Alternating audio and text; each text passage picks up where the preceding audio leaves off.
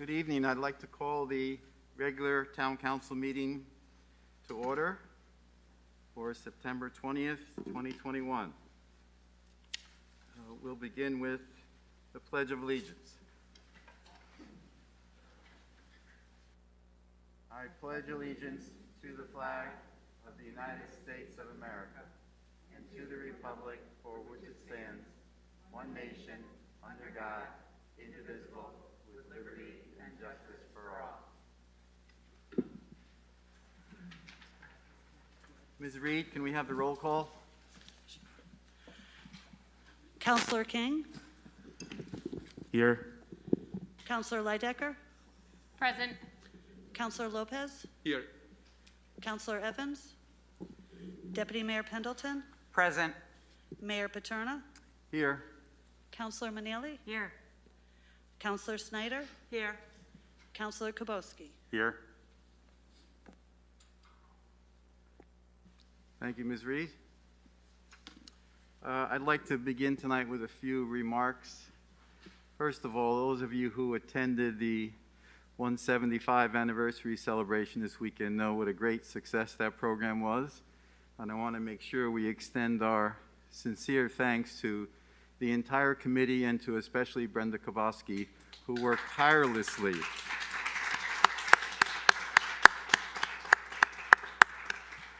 This is a year and a half in the making because of the delay, because of the pandemic. But she and the committee worked right through it and kept the plans going, and the results were outstanding this weekend. So thank you to Brenda Kowalski and the committee. Yeah. Secondly, I want to make a statement tonight because I think it's important for us and for me. I hate wearing a mask. But you know what I hate even more? The chance of getting COVID, and the chance of my wife getting COVID, or my children getting COVID, or my grandchildren getting COVID. Wearing a mask is not fun. I understand that. However, when we're faced with a global health crisis, such as we were with this pandemic, we have to do something to slow down this disease. The beauty of American independence since the beginning of this country has been the interdependence that we all have on each other, for each other, with each other, working together. It's the true interdependence that we all have that makes us such a great country. And we work together as a community, in this case, to fight a disease. That's why, regardless of the inconvenience, I'm wearing a mask to help my community. All right, we'll move on to adoption of the agenda. Councilor King. Through you, Mr. Mayor, I move that we adopt the agenda as written. All right, is there a second for adoption of the agenda? Second. Motion's been made and seconded. Any amendments? Deputy Mayor Pendleton. Thank you, Mr. Mayor.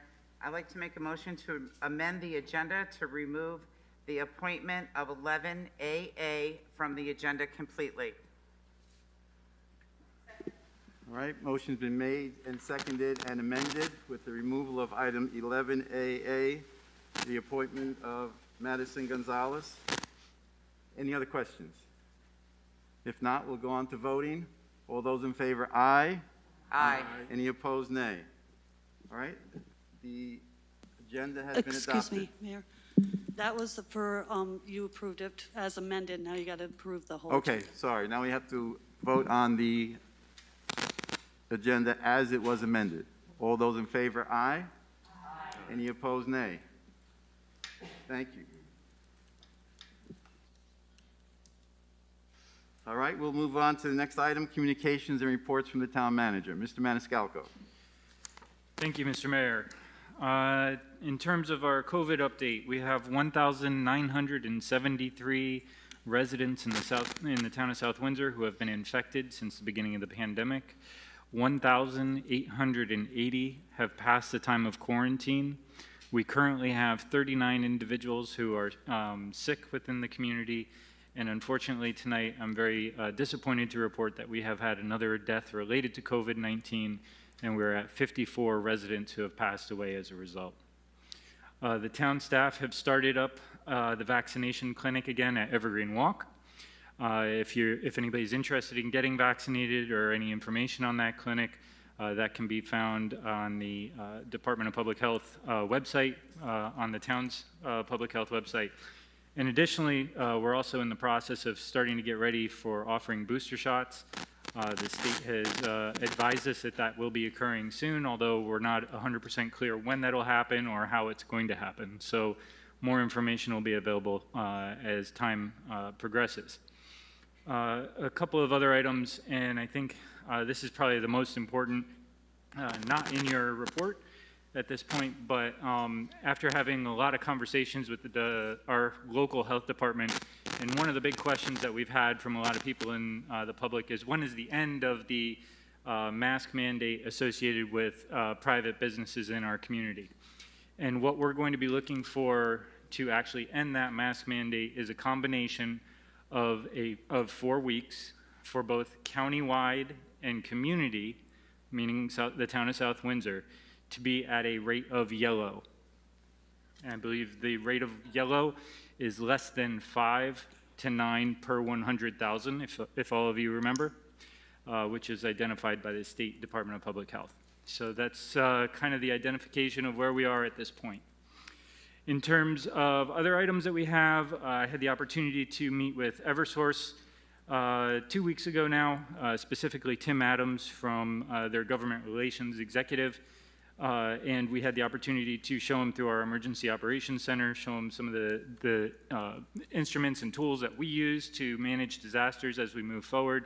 It was a great opportunity to kind of coordinate and collaborate, and we also had the opportunity to, as a result of that meeting, to host a training with Eversource and other regional towns in our area to help Eversource start training us on a new software that they're rolling out to municipalities that'll really kind of give us a look underneath the hood of how Eversource is handling a disaster, what they're doing in that disaster, and give us additional information as to how we can deal with that and provide better information to residents and all of you as we move our way through that disaster.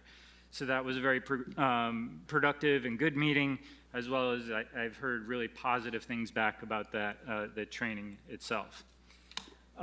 Next item on my manager's report, I wanted to remind everybody, with it being campaign season, there are a ton of yard signs that are going up, whether they happen to be campaign related or not. They are private property, and individuals should not be tampering with, messing with them, removing them, or defacing them in any way. We've had a number of issues already in our community with that occurring. It is against the law, and the police department does actively look into those. So I wanted to just take the opportunity to remind everybody. I've had the same conversation with the different chairs of both the respective political parties, and they've also put out statements to the same effect. Another item moving down my report for all of you, just as a recap, in terms of Laurel Street, the flashing speed signs have already been ordered for Laurel Street. I believe we're about, probably at this point, 7 weeks out. We'll see when they get delivered, and as soon as they're on site, they will be implemented as soon as we do get them. And then last item that I don't have on my report to all of you, for your next meeting, I will be attending the International City Managers Conference to get re-credentialed. If all of you remember, there's 1,400 credentialed managers in the entire world, and I happen to be one of them. So I need to put in approximately 40 hours during that conference, and unfortunately that will be during your next council meeting. So I will not be able to be present at your next meeting. And that is all I have to report. I'd be happy to answer any questions. Thank you, Mr. Maniscalco. Any questions for the town manager? Councilor Snyder. Thank you, Mr. Mayor. Mike, I see that you included the American Recovery Act funds. Are we able, the total amount was that we received was how much? I believe it was in the neighborhood of 7 million and change. I'm not sure how much it was exactly off the top of my head. Okay, and there was a specific set of criteria for those, as it always is from the feds. Correct. Can we put this out on the website so that there's a lot of programs, a lot of things we're doing? If the mayor will indulge me for a minute, we're doing a teen center outdoor program space, high school, human services rental assistance to help people that were impacted with COVID that can't pay their rent. mental health sports for youth, adults, and senior citizens, youth behavior counselor that we're putting it in for the summer camps, aquatics water safety program, exercise trail in Nevers Park, Dart Hill, Ellington Road, and Pleasant Valley sidewalks, and that's $540,000 and $370,000. So we'll be doing sidewalks over there. Board of Ed is doing Pleasant Valley Orchard and Orchard Hill School fiber optics, connecting them up. There's $800,000 going into this South Windsor sewer plant fiber connection. That's to get them connected with fiber optic lines to allow for better internet access. The Department of Public Works and Clerk's Office renovations, and these are for safety. HVAC upgrades in the fire headquarters, and that's the one over on Ellington Road, I believe. Correct. HVAC upgrades at Town Hall, and that's $500,000. That will take care of the air quality and everything throughout the Town Hall? Correct. Okay. Town Hall window replacement, we're finally replacing these windows that shutter all winter from the wind coming through? Yep. Okay. WPCA, that's Water Pollution Control Authority. There's $4.9 million, that's going into that, and that's a waiting list of approved projects from WPCA, as we spoke earlier on when I was liaison, was they have a specific set of programs they want to put through, and we're going to be allowing them to select those programs based on that amount of money in that budget. Correct, and I believe their list is approximately 20 million, so. Yes, they have, I remember that. It's about $20 million for sewer upgrades and repairs. So at least this will, 4.9 million or almost 5 million, we'll get 25% of that done. And then in contingency, you're holding $362,000 to cover overages from other projects, and that can always happen. Projects that we put out can always come in a little bit higher, and we want to have the money to cover that. So, and all of these fall specifically within the criteria. Like you can't take money from the feds and lower taxes. I mean, there's a specific set of requirements, and I know I had asked you to go through those quite a bit, and you did it for a couple of meetings when it first came out. So I'd like to put this up on the website so people can see exactly where our money is going from the federal money, the American Recovery Act funds. So thank you very much for putting this together, and I don't know if Patty Perry had anything to do with this. Nope. Nope, just you. Perfect. This is all me. One thing I would follow up with is we do actually already have a web page identified for all these projects that you could go in, you could click on the individual project, you could kind of drill down into it and see progress that's occurred on that project. Mm-hmm. And those pages will be updated periodically as the projects are being completed.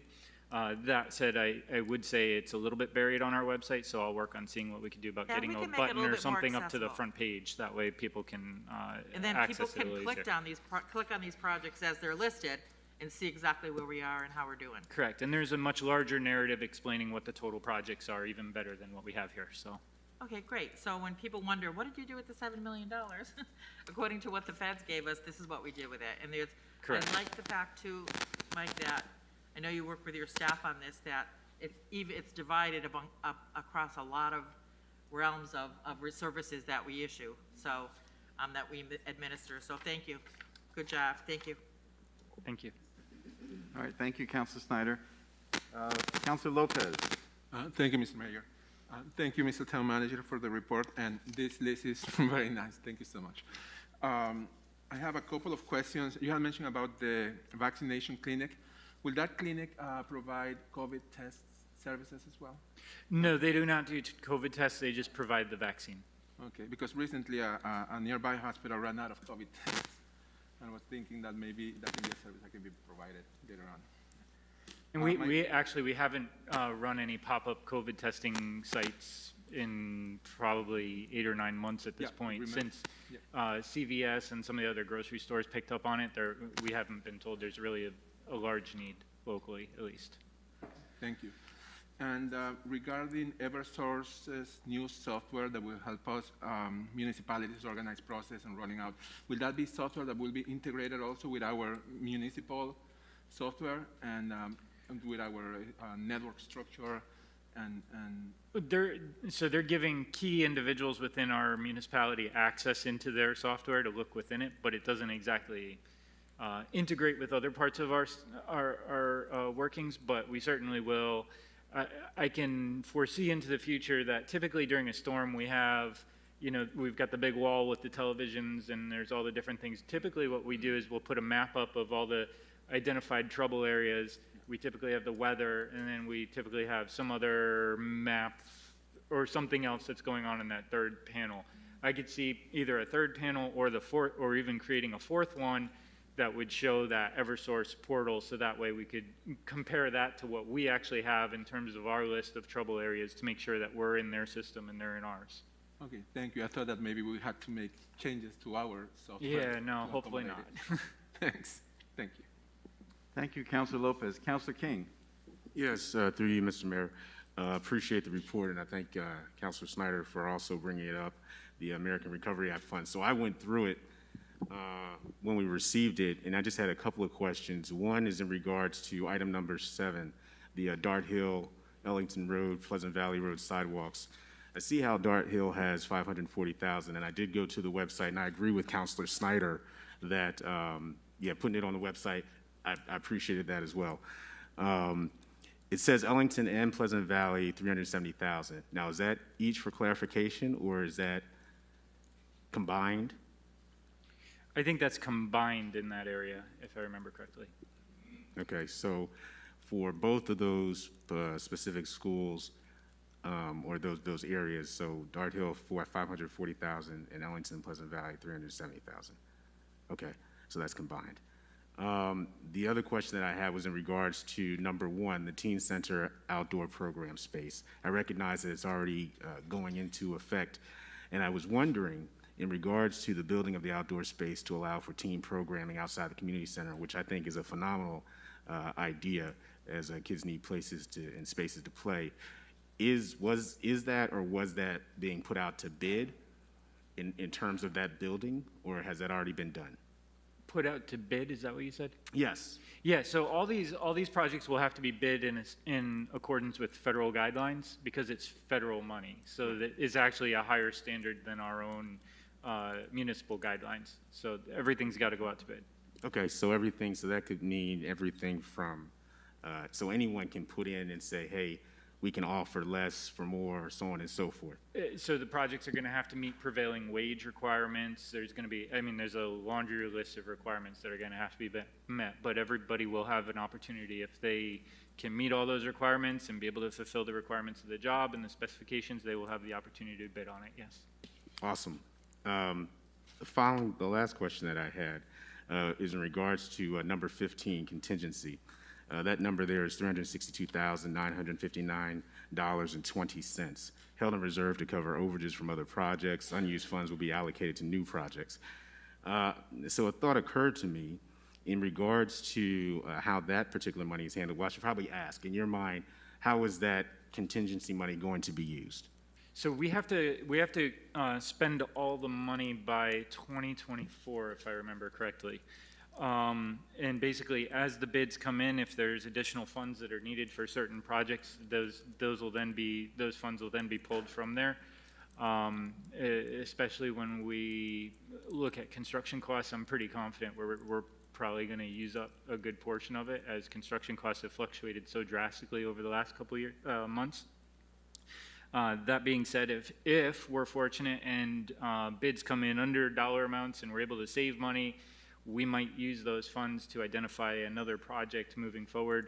When I asked our department heads to come forward with the list of projects that they had, we were well over, I want to say probably well over $40 million, especially when you include in the WPCA $20 million.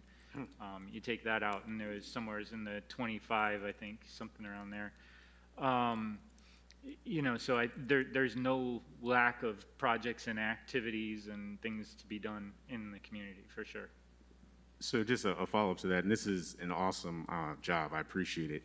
I'm just wondering, is there an opportunity, say, for example, if someone from outside of your department, say from the town, says, hey, I think we might be able to use an X. Does that come into play at all, or is it basically the money is kind of accounted for at this particular point? So, so there's a ream of paper that we received as guidance for how we can spend this money and how we cannot spend the money. So if somebody comes forward with an idea, if it meets the requirements within that ream of paper, then we certainly can do that, or consider it at least. The one challenge I would suggest is, or at least make everybody aware, is that if a project does not meet the requirements of what is in that ream of paper, then the town could be on the hook for actually paying that back to the federal government. So every single project that we've identified here, there's an actual section in an article within that ream of paper and the guidance that is actually identified as meeting those requirements. So we're gonna, if somebody's got a project they want to bring forward, they're gonna have to have that specific location where it's meeting the requirements that have been put together. Thank you very much. Thank you, Mr. Mayor. All right, thank you, Councilor King. Deputy Mayor Pendleton. Thank you, Mr. Mayor. Mr. Maniscalco, I'm looking this over, and I have a question about the Pleasant Valley Road and Ellington Road sidewalks. Do you know where on Ellington this is going to be? I don't, but I believe if you get on the website, there's actually a map there. Sure, great. So, yeah. Great, thank you. And I'd like to say, going back just a minute to the Jubilee, and I want to thank Brenda personally and her team, but I'd also like to thank, and also for the Wapping Fair, I would like for you to pass on, and I'm sure I'm going to leave out a department, but it took many town departments to work with both the police department, health department, public works, the parks department, the buildings department, and park and rec, and I'm sure I've left someone off, so please thank them for all their hard work that they did and such a fabulous turnout, and both ran very smoothly. It was fantastic. I will pass that along. Thank you. Thank you. Thank you, Deputy Mayor Pendleton. Anyone else? I've got one question, Mr. Maniscalco, on the clinics, the vaccine clinics. I know we have one September 25th at Evergreen Walk. When the booster clinics are available, will it be at that same location? I believe we're probably going to be doing that same location. Okay. That would be ideal. We haven't heard exactly if there's some other different requirement yet, but probably will be in the same location. Okay, thank you. Thank you very much. Thank you, Mr. Mayor. I just want to follow up also with the work done by Public Works and Parks and Rec for the Jubilee celebration. I know firsthand how much time they took, and any requests they were able to jump on, and it was greatly appreciated by the committee. So please pass on, again, the thanks from the committee itself. I will make sure to do that. Thank you. All right, thank you, Councilor Kowalski. Any other questions? All right, we'll move on to item 7, public input. And I think we have a sign-up list somewhere. Ms. Reed, do you have?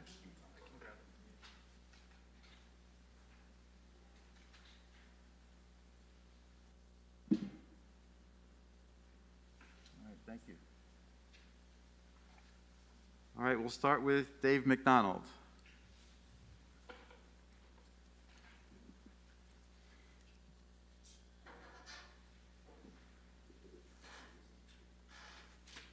Dave McDonald, 79 Laurel Street.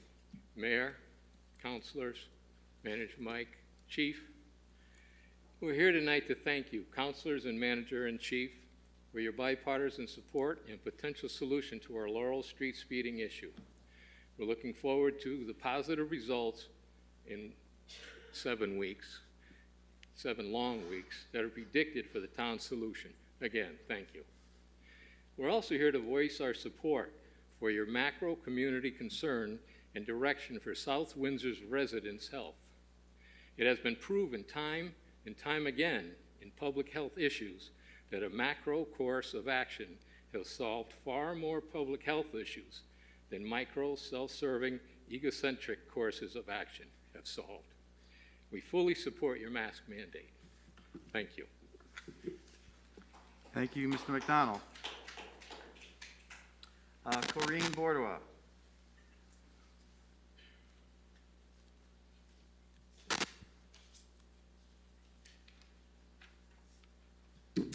I'm Corinne Bordeaux at 373 Pleasant Valley Road. I want to take a moment and touch on something that you brought up, Michael, last town meeting, which was the idea of having a sign language interpreter at the town meetings. First, I'd like to say that I think it's absolutely wonderful to be considerate of our hearing impaired community. It was mentioned it would cost somewhere around $1,000 per meeting, which personally sounds a bit exorbitant, so I wanted to come here today and offer a cost-effective alternative.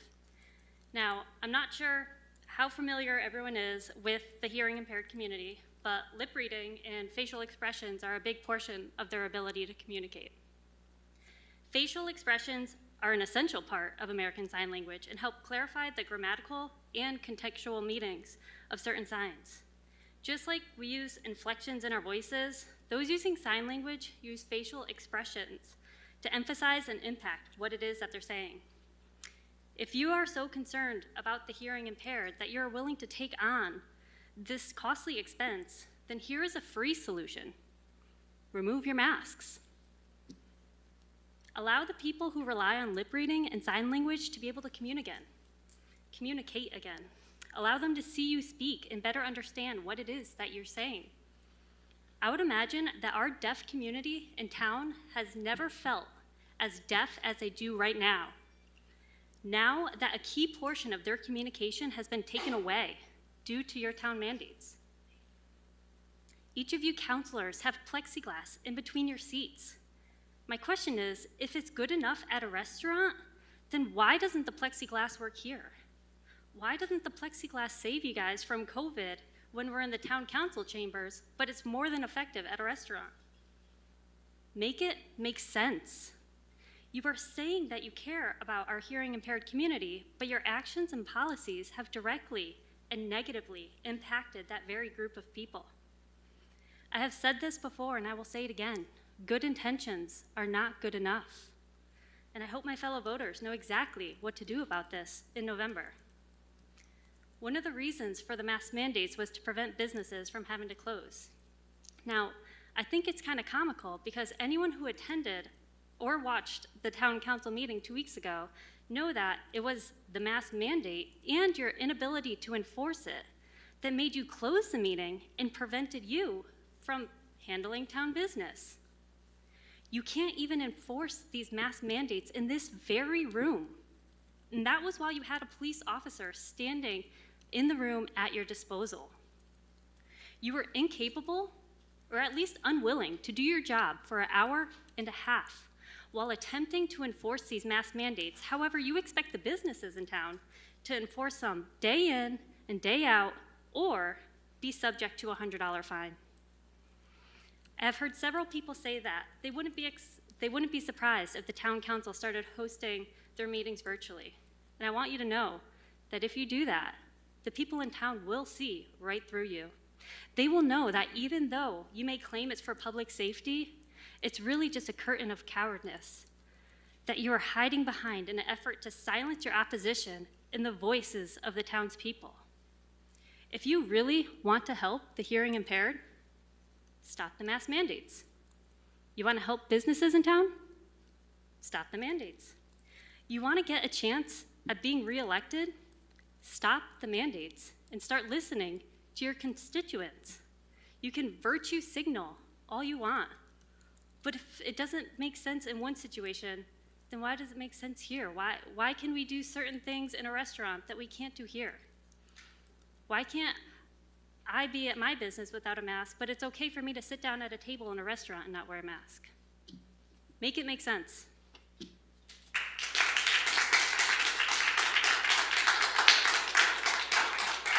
All right, thank you. Joe Kennedy Jr.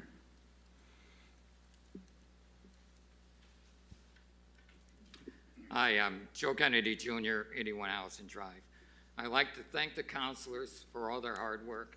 These people put 6, 7 days, evenings, every month to make this town a better place. There's over 150 citizens who volunteer on boards and commissions. It takes a village to make we have one of the best towns around. And I also want to thank the town manager. We go back at the beginning of COVID, when we had a shutdown. His first priority was the health and safety of the people. health and safety of the people. We endured the shutdown. Luckily, the vaccines came along. The senior community stepped up. In the town, we had contact tracing and testing and a mask mandate. People don't realize, before we got the vaccine, this mask was saving lives. Unfortunately, now you have a variant. It's more contagious and more deadly. And a fully vaccinated person can carry the virus. So if you're in an indoor setting, you should have the courtesy to wear a mask. Right now, most of the unvaccinated people are our children. I mean, people, you got to step up. You have a war against the virus, and if you don't follow the safety protocols, it's going to end bad for some people. I lost my next door neighbor just 4 months ago. People think we're over. God forbid if another variant comes up and the vaccine doesn't cover it. The mayor's done a good job. The council's done a great job. The town manager is excellent. During those times, every week, he let you know what was going on, where you could get shots. I mean, come on. We got to step up. All right, I'd like to talk about another item, if you're concerned. I'm talking about a possible gas station and truck stop at the corner of Sylvan Avenue and Route 5. I don't think it's a good fit. It's going to need Economic Development Commission recommendation, and it's going to need a zone change, which is a huge hurdle. Now, we had 3 ladies speak last week. I think Ginny she was the chairperson of the Historical District. You had a relative of the Schweier property, and you had another lady. They wanted either get that house in the Historical District or redo that house and try to put in a agricultural and heritage center. So I hope they can do that. I think there's some money put away in the town, and that would be very helpful. So I think if you contact the Historical Commission, these people need support. I mean, that'll be great. And again, I'm not in favor of a gas station or a truck stop at that place, not one bit. And then finally, we thank the mayor and the town manager for their leadership in these stressful times. We thank the town council, members of the town boards and commissions, and the town employees for their work during the pandemic.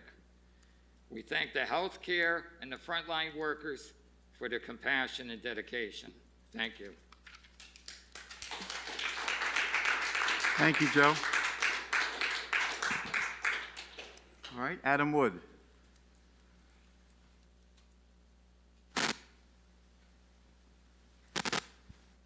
Adam Wood, 9 Rustic Lane. I come here tonight to speak about what happened 2 weeks ago. 2 weeks ago, I had planned to come here and talk about public safety because it had been brought up. I had challenged members of the council to talk about public safety, and some of you asked to hold I asked to hold a special session so you could hear the concerns of the people and to see what's being addressed.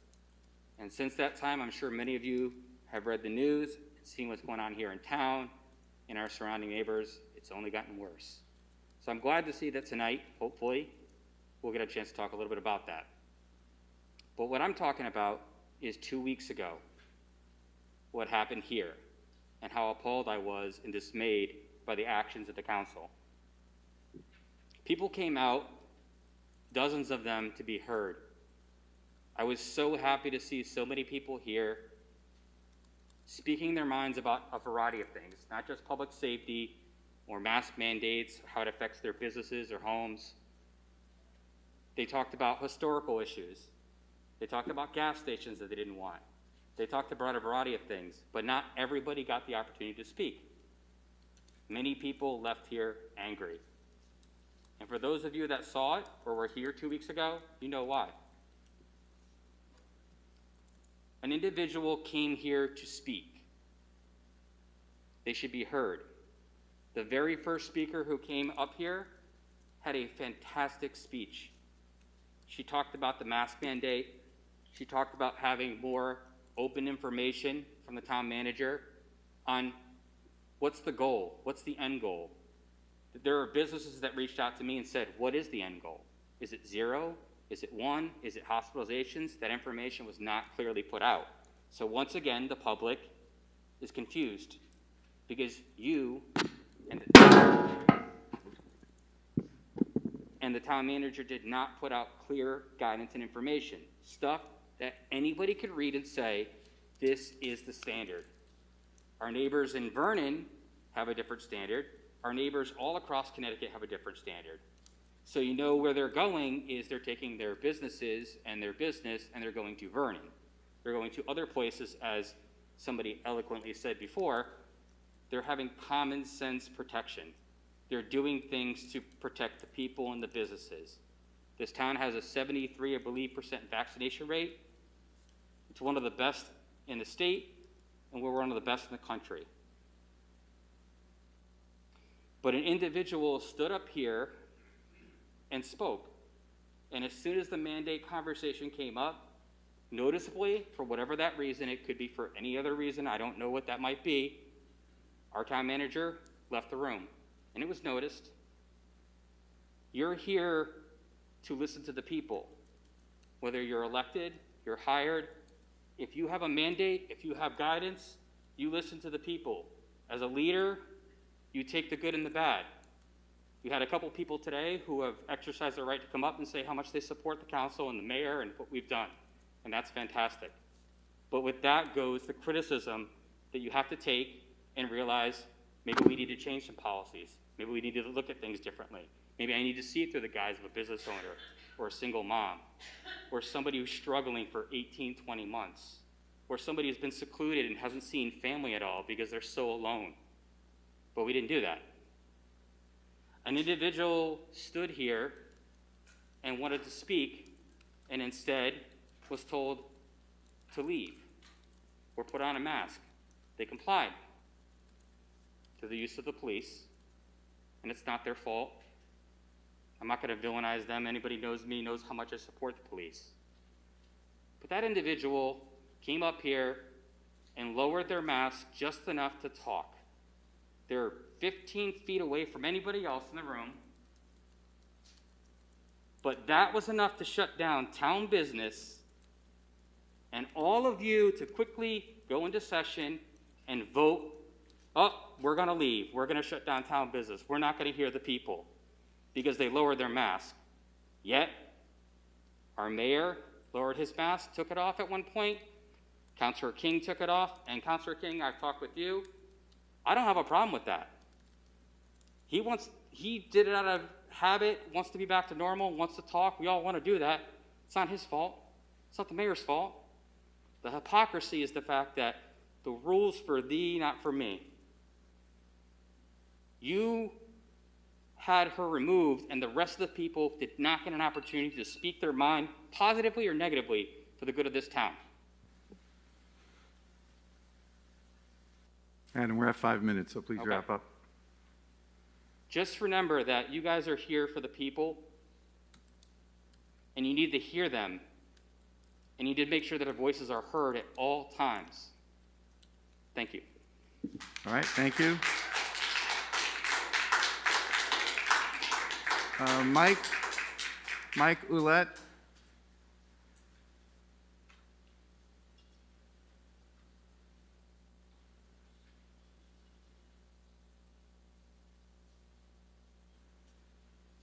Hi, Mike Ouellette, 2 Elmore Way. I come today to express my disappointment with the town council's handling of the epidemic of vehicle thefts and crime in town. Second only to COVID, the uptick in crime is impacting an ever-growing percentage of our population. Like many others, I experienced this lawlessness directly. 3 people tried to steal one of our cars, and I unfortunately got to meet one of them face to face. This has become an all too common occurrence in my neighborhood, and it's not acceptable in South Windsor. We weren't the only ones in our neighborhood, and now we have a large percentage of, unfortunately, our text messages related to sharing ideas of who's on the street, looking for suspicious vehicles, noting people that get out of a car at 2 in the morning. That's not how any of us in South Windsor want to live. I went to Councilwoman Leideker's workshop on car thefts, and I heard every reason why we can't solve the crime problem here in South Windsor. There are state rules and regulations and changes to the Police Accountability Act that prohibit us from taking any action. Every suggestion I made at that meeting, all of which have worked in other towns, were scoffed at with dismay or shock by Councilwoman Leideker's friends that were in attendance at that workshop. I'm asking the town council to prioritize crime as an agenda item regularly until crime subsides. My first suggestion is for the town manager to read crime stats at every meeting, just as we do for COVID stats. My second suggestion is to form a committee including public safety, public works, council members, and members of the community to discuss options inclusive of cost for the council to consider. There are options available, as one example, license plate readers from a company called Hvac that are being used successfully in 3 towns in Rhode Island to deter people from coming into town that are in stolen cars or drivers that have warrants that are attached to that license plate. Lastly, I would like to ask for the mayor and the police chief to work with their counterparts in Manchester to solve the problem we have on the weekends with noise from racing cars at the state commuter lot off of Buckland. I understand that it's in a no man's land because it is state property. Manchester has a hard time enforcing things there, but there has to be something that can be done. Cars racing until 3:30 every Saturday night or Saturday morning is not acceptable in South Windsor. Thank you for your time.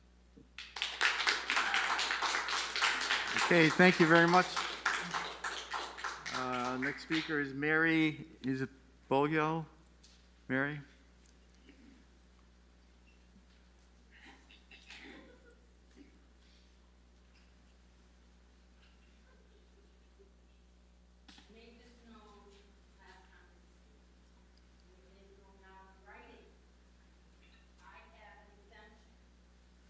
Refused to honor that.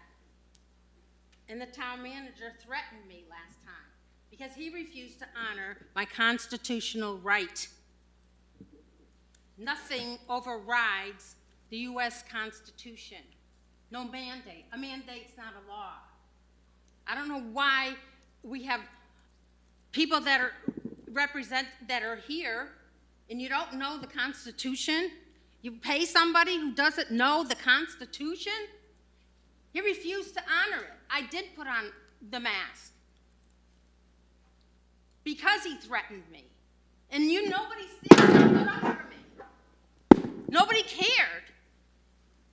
I made this known at the last meeting. What's your beef? You decided to ignore my right and silence me. 2 weeks ago, I came here to find out why a town citizen is being ignored, why a letter I requested to be read in the minutes of the July Town Council meeting was not read at the meeting. No reason given from anyone. Ignored and silenced. Consistently ignored, in July, I wrote to 2 members asking, is anyone getting my emails? My communications were sent via the town council website. One person did reply, thank you for your thoughts and comments regarding flags. The flag committee should have received your communication. So things can go through. However, she didn't answer my simple questions, which I asked in writing. Who sent it to the committee since I didn't, and when? Did you receive the first email I sent in June? Silence. ignored. I was not happy the other person that I wrote to also ignored me for a second time. It wasn't until just a few days ago that I met that person, Lisa Manili. So I asked a simple question. Did you ever receive my emails via the town council webpage? She said no. She said she doesn't get the emails people send through the town internet, and she has told it to the IT person, Scott Roberts, over a year ago, that she doesn't get them. Just this Saturday, at the anniversary celebration, I met for the first time Phil Koboski, did I get that right? And asked him if he ever got an email from me regarding flags. He said no. But someone else also informed him of an email sent to him by way of the town council internet page that did not get to him. Now, these two happen to be Republicans. Why are they not getting our communications? I'm not a Republican. I just want answers. 2 weeks ago, you unlawfully stopped me from speaking, which is a violation of free speech. And now I find out that communications from citizens, not just me, are not getting to town council members. What's going on? Residents of South Windsor, please recognize what should be your biggest concern. This is censorship, right in our own town. Our rights are being attacked. The issue isn't mass, it's freedom. We send men and women to fight for freedom in other countries. It's up to residents to pay attention to what's going on in our own town. My presence at that meeting 2 weeks ago was distorted into something it was not. I was not there about masks. Someone told the newspaper that. We don't have communications with the newspaper. Somebody told the newspaper that I was there to speak about masks. That was a deception on the part of the town manager, the mayor, and who else up there? During the meeting, the town manager was threatening me that he was going to shut down the meeting. And even though I knew I was not doing anything wrong, I did put it on because I didn't want the meeting shut down. So you could say I was trying to cooperate, but there's no cooperating with tyrants. Since when do you allow town managers to bully and threaten law-abiding citizens who are doing nothing wrong? He cannot be trusted. People value truth and freedom. Don't step on our rights that are protected by our U.S. Constitution. Are you afraid to let town folks speak? Or do you just think you're better than us? Mary, before you go, can you just give your name and address for the record, please? Mary Bowyer, 2780 Ellington Road, South Windsor. Okay, thank you for your input.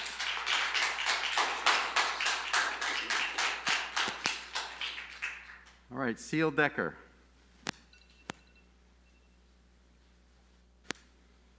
Good evening, all.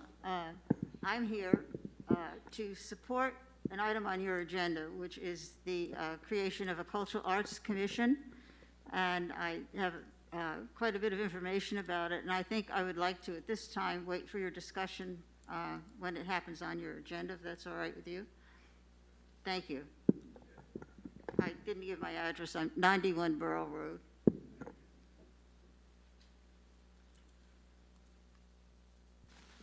All right, before we close this section, is there another? Councilor Manili. Yes, I'd like to read the letter. Oh, I'd like to read the letter into the record. It was dated in June, and there's one from July. According to the letter writer, they were going to the going through the email at the town website, but I never received it. It says, "Dear town councilors, this message is about what it means to be an American." Oh, excuse me, it's from Mary Bellevue. Dear town councilors, this message is about what it means to be an American and the love, respect, and admiration for a great country of ours and all it stands for. My message is all for all Americans, no matter what their nationalities are, ethnicity, religion, and what your sexual orientation is. I have learned about a new flag going up in the town flagpole. The rainbow flag does not represent the America, it represents a group. The only flag that should fly to unite us Americans is the red, white, and blue. The only other flags that are deserving and should be permitted to be displayed on our town flagpoles are the ones that represent those who have sacrificed our freedoms. Save our flagpoles to fly the flags of the colors guard representing all branches of our American military. Fly the POW flag in remembrance of American prisoners of war who have been never rescued or recovered, and fly them permanently. Flag Day is in June. It became a national holiday in 1949 when the Act of Congress declared June 14th National Flag Day. If you want to dedicate a flagpole for the whole month of June to the people or an event truly unifying and deserving of the honor, then dedicate to the greatest generation, those who were most noble when they answered the call to serve our nation, the courageous men who stormed the beaches of Normandy on D-Day in June 1944. All people around the world who have lived as free men and women owe it to them, and that is a monumental effort. These are the brave men and women who gave their lives to stop the hunting, imprisonment, and murder of those Nazis identified as undesirables, including gay men and women who they also targeted. So know your history, and when American heroes charged into battle to defeat each evil, they only carried one flag, the American flag, exclamation point. But if you still want to fly ones that represent other groups for other purposes, then do it equally. You can change flags every hour because I'm sure there are thousands that there are not enough days to dedicate one to each. You can start flying flags that symbolize the foundation of our Constitution, which protects our God-given rights as freedoms, our human diversity. I am an Italian heritage, this is her talking, proud of the monumental contributions Italian Americans have made to our country. You can also fly the Italian flag on Columbus Day, honoring the man that discovered America. Fly the flags that every other country on those days of significance related to their history and our culture. I ask you to ban all political and diverse symbols from government property. We must all stand unified again under one true flag representing liberty, freedom, and equality. Excuse me. All right. Proudly stand, honor, and salute our stars and stripes, because if we don't unify as a freedom-loving Americans under the United States flag, the enemy will again use division as their greatest weapon. God bless America. I am unable to attend the council meeting for this reason, I ask that this message above be read into the next meeting and entered into the record. Kindly, Mary Bellew. Mr. Mayor, there's a second letter that was issued in July? Yes. So can I have another 5 minutes? Yes. Okay, thank you. Okay. It's hard to read somebody else's letter, you know, sometimes. Okay, dear Councilor, this is dated July. Dear Council Member Manili, at the end of June, I sent a message below the dotted line to all the councilors, members, via the page on the town website. I have been out of state for 2 weeks in July. Today, reviewing the town meeting from July 6th, my message was not read. I'm wondering if anyone has ever received the email I had sent to the council members per the one click as suggested on the page. At your convenience, would you kindly read the message below, and please let me know if my suggestions will be considered. I know you are very busy with town issues and concerns, but I would appreciate knowing if anyone is receiving these emails.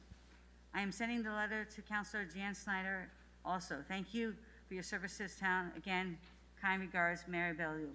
And of course, I couldn't respond if I didn't receive it, so I just want to make that aware. I don't know what the glitch is on the website when it says contact the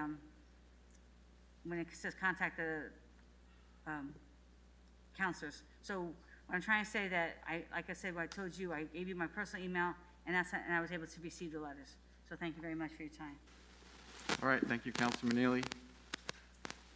Any other comments or questions or public input?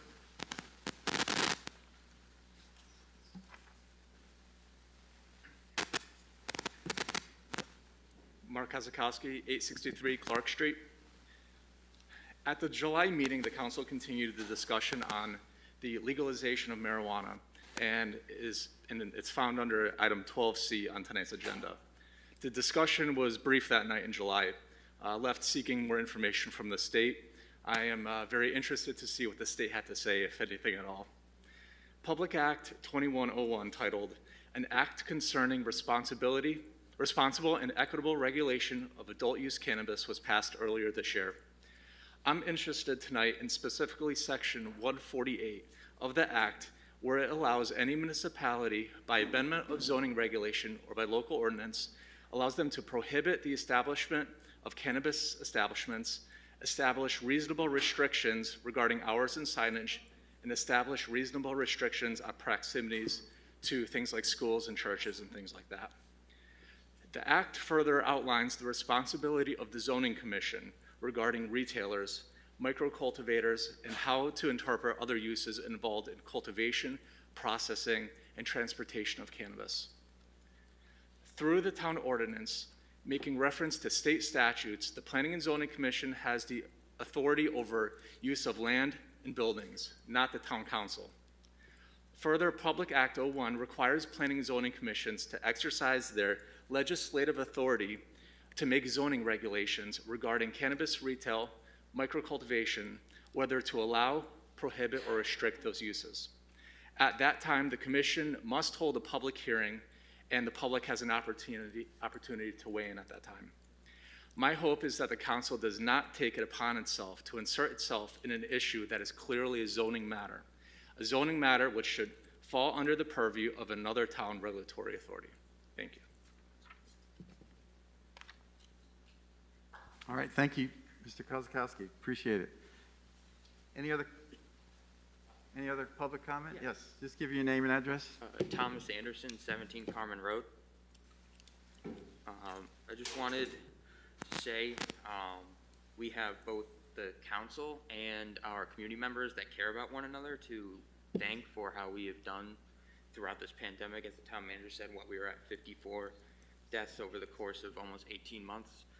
We are incredibly lucky. We are not like some states or towns or counties like in Florida or Texas. And when I look around, I came down from school. I go to UConn right now, and I was hoping to see a different mood in this room. As the town manager pointed out, the majority of our unvaccinated community are now children. And as one of the previous community members said, the senior community stepped up to take care of each other and themselves when they were in danger. It is now our turn to help protect those young people that cannot take the vaccine. I know recently today, I think news came out that one of the vaccines might soon be approved for 5 to 11-year-olds. That's great news, but for the time being, it is imperative that we wear these to both help ourselves and our children and our neighbors' children. I'm probably one of the most libertarian people you're gonna hear speak tonight. I hate being told what to do, and I hate when the police enforce laws I think are dumb. But it is part of living in a democracy in a community that when you do not get your way, you still have to participate and help those around you. 51% gets you a victory in a democracy, and the other 49% have to deal with that. Yes, they can show up in November and vote. They can come to their town council meetings and voice their opinions, but it is very imperative that you still take the steps to protect yourself and your community members. These masks aren't just for show. The plexiglass isn't just for show. One thing isn't perfect. Seatbelts don't just save you. You need a seatbelt and an airbag so you don't go through the windshield of your car.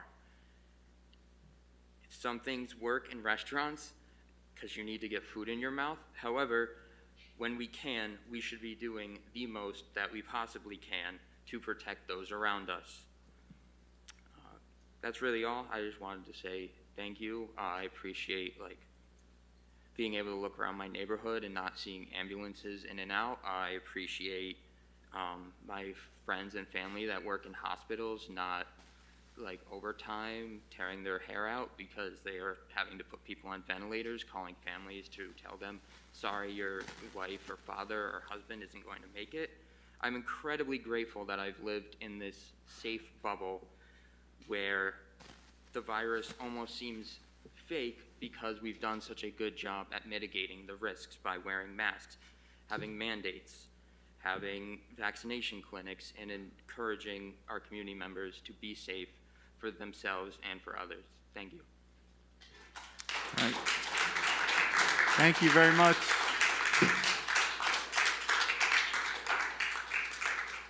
Another, yes, go ahead. Hi, my name is Lauren Chung. I live at 265 Diane Drive here in South Windsor. Thank you for letting me come up here and speak. I'm sorry I wasn't on the list. I just was kind of impassioned for a moment. So this young gentleman that was just speaking just said that it is his duty to take care of my children. I am so sorry, sir, but you have absolutely nothing to do with my children. I don't know where you, there you are. You've got nothing to do with my children. If you do want to help my children. Excuse me, let's address us and not. No, I'm just saying, if he wants to help me take care of my children, he can come over and start paying for their clothes, their shoes. He can start paying for our groceries. Excuse me. We're not here to attack someone else. No, I'm not, but I'm just trying to make a point. Make a point to us, that's sir. fine. Sir, I am not. But I do want to say thank you for keeping your mask on tonight, sir. Also, just so you guys know, every one of you knows, none of the masks you are wearing in this building do anything to protect against COVID. Let's go over this. N95s, they will help you. They actually have a filter in them. What you guys are doing is virtue signaling. Same thing with this. Same thing with all the plexi behind you, or next to you, I should say. Mrs. Evans, when you're speaking and you then take and have a sip of your drink, you know that you're taking off your mask. Why is that okay? Why is it okay, like Corinne said, why is it okay to go and sit down at a restaurant and eat your food and not have to wear a mask? Why can't we do that here? We're sitting down. Doesn't COVID not get you when you're sitting? That's what I thought. I mean, that's what we're being shown. Why is it that the celebrities can go to the Emmys and they can all be there and they can all be hanging out maskless? Hundreds and hundreds of them. Why is it that thousands and thousands and thousands of people can go to football games, baseball games, and all be next to each other, literally shoulder to shoulder, not wearing masks? Why? But yet in our town we have to because he says so. Why? What does it do? Because all I have to do is leave town to go and do anything I need to do. That's what I do. I don't spend any money here in this town anymore. I don't go to the grocery store here. I don't buy my dog food here. I don't buy my children's clothes here. I don't go to the liquor stores here when I need my glass of wine at night because of stuff like this.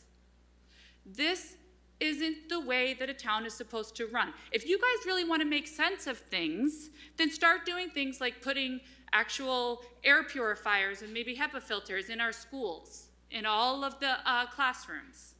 You want to help our small businesses in towns? Take away the mask mandates. See how many more people will come back. You want to stop putting citizen against citizen? Take away the mask mandates, because that's how you guys are learning whether or not there is a citizen that's not wearing a mask. You are hoping that another citizen will go over and then call the police and say, oh, this business is allowing people to go in there without a mask on. You're putting citizen against citizen. You are literally breaking this town apart, sir. I understand that you're one of 1,400. That must make you feel so special worldwide. But to me, I'm sorry, I don't care. And most of us don't care. Mrs. Chung, you're attacking someone again. Would you please refrain from doing that and just make your point? Thank you. Okay, sir. I am sorry that you feel that I am attacking you. You Maybe are. it's just that you don't like what I'm saying, because you know what I'm saying All makes right, sense. Excuse me, you are attacking No, I'm someone not. personally. No, I'm not. That's not what public input is all about. No. It's public input to what he actually said himself. And all I'm doing is speaking back to what he had said. So, like I said, I leave town to do all of my shopping because there is no reason that I should have to wear a mask here in South Windsor when I can go to Ellington or I can go to Vernon and not have to wear one. You do realize that that is silliness? It doesn't make any sense whatsoever. We need to start using Stop using these little virtue signaling tactics that we all have to do right now and start actually using our brains. Please. Thank you. Thank you. Anyone else? Public input? All right, thank you. Oh, we're okay, sorry. Go right ahead. Thanks. Dan Edwards, 131 Hilton Drive. I'm sorry, can you repeat your name? I couldn't hear you. Oh, sure, Dan Edwards, 131 Hilton Drive. How do you top that? I'm just very perplexed. And I have to disagree with the speaker 2 people ago who said that, you know, the plexiglass isn't for show. It is for show. This is the essence of show. Plywood, plexiglass, but I look in front of me, in front of all of you, excuse me, in front of all of you, and there's 0 plexiglass, just between the 2 of you, which begs the point, why? Why isn't there any plexiglass in front of you? It doesn't make sense. You all have microphones. It's just perplexing. I mean, I'll look back at the 175th anniversary the other day, and it really is almost potentially for show. I had an interaction with somebody. I saw them, no mask. 2 seconds later, they saw me, popped a mask on one of their children. It was just bizarre. And again, I'm sure the intentions are the best, but it's just bizarre. But back to town business. Again, we're concentrating on things right now that just don't make sense. The creation of a memorial to honor residents who have been impacted by COVID-19. I spoke repeatedly about this. It doesn't make sense. Why are we spending money and time when there's other business that for 2 weeks now has been effectively tabled? Why are we spending time on this? An arts commission. I'm sure the intentions are good and well, but again, we have more important things to discuss right now. And I apologize. It's a little difficult today because I actually missed some of the earlier speakers because I couldn't hear because unfortunately the police were speaking with somebody and there was a commotion.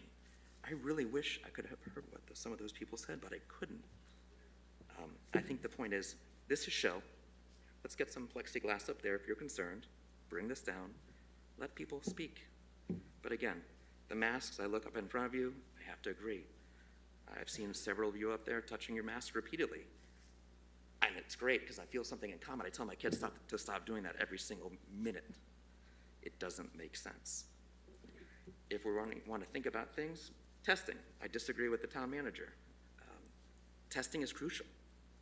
If we don't see an issue for that, where we need testing, why do we need the full mask mandate? All it implies to me really is that we've got, to get into the yellow, I think that's what the comment was, we're looking at about. I think we're looking, okay, I'm sorry. I think we're realistically probably looking at next spring if we're going to use that. So it'd be nice to have a little bit more transparency on why we're looking at the things that we're doing. Let the residents know. Thank you. All right, thank you very much.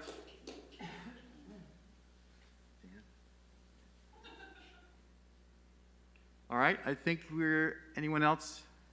I think we're ready to move on to the next item on the agenda then. Thank you. Next item is item 8, adoption of the minutes of previous meetings. Councilor Maneely. Thank you. Adoption of minutes of previous meeting. Be it resolved, South Windsor Town Council hereby approves the minutes of the following town council meetings. Regular minutes for July 19, 2021 and September 7, 2021. Second. All right. Motion's been made and seconded. Are there any corrections, additions, deletions? Councilor Kowalski. Thank you, Mr. Mayor. One correction on the very last item. The vote to adjourn the meeting was not unanimous. I did not register a vote. That's the September 7th. Yes, the September 7th one, okay. Correct. All right, so we'll make that correction. Any other changes, additions, corrections? All right, if not, we'll go on to voting. All those in favor, aye. Minutes as corrected, aye. Any opposed, nay. All right, thank you. Item 9, communications from liaisons, officers, and boards directly responsible to the council. Are there any reports from liaisons? All right, if seeing none, we'll go on to item 10, reports from committees. And I know we have a member of the Historic District Commission here with us tonight for a report.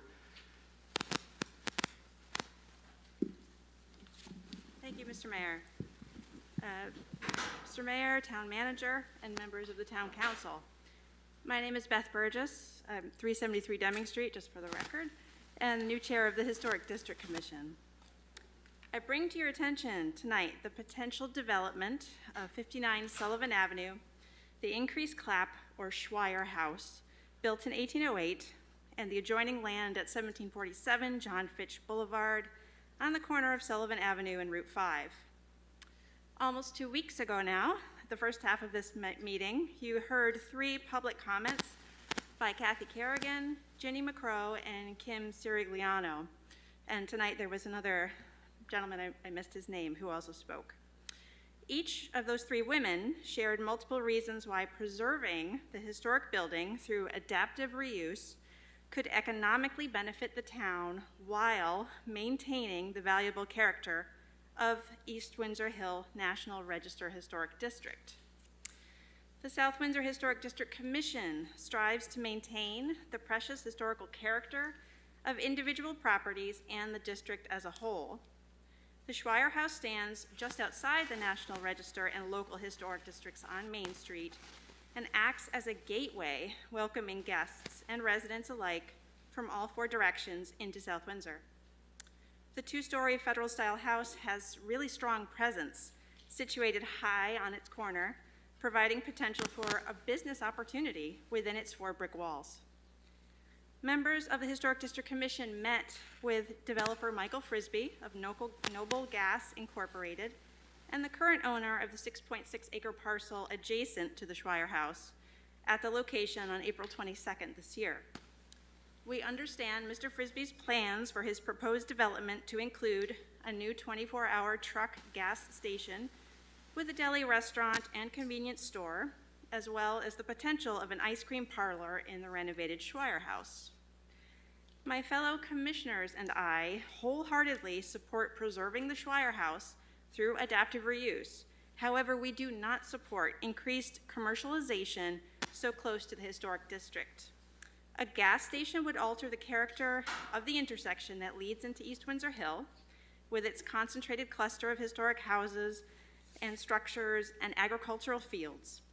Increased truck traffic and noise would most certainly build on its already detrimental effect on the neighborhood. Our fear is that Mr. Frisbee's proposal will further threaten the livability of these beautiful homes. Preserving its pastoral setting and the 200-plus-year-old residential homes are of the utmost importance. We take strong objection to Mr. Frisbee's proposed development in or near the Schweier House. Another proposal for reusing this historic building with less impact to the district has been brought to our attention. Due to this recent interest in development, efforts to fill the vacant board positions of the Schweier House 501c3 that was set up by Matt Galligan and Keith Yagaloff a decade ago are well underway. The dedicated team will work through building preservation needs, because there will be some, economic feasibility studies, and development proposals with guidance provided by the State Historic Preservation Office, as the structure is designated as and on the State Register of Historic Places. The town's current strategic plan includes the action step, preserving our historic character as ongoing under the Environmental Protection and Rural Character category.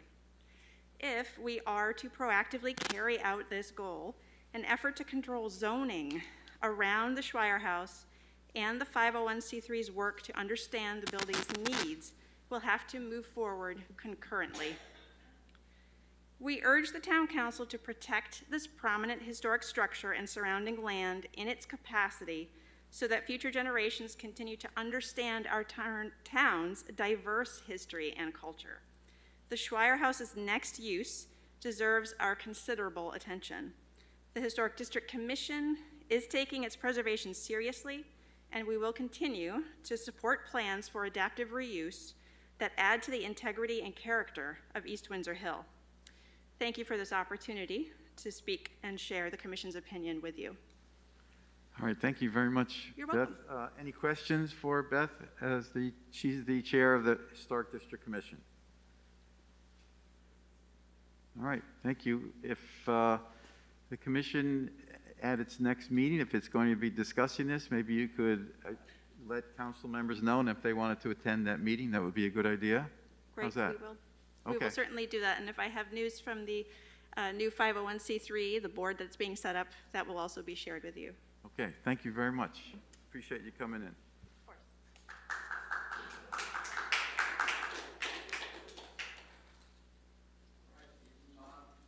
Move on to the consent agenda, and first reading, Councilor Lidecker. Thank you, Mr. Mayor. Motion to approve agenda items 11A-B through 11A-D as a first reading on the consent agenda. All right.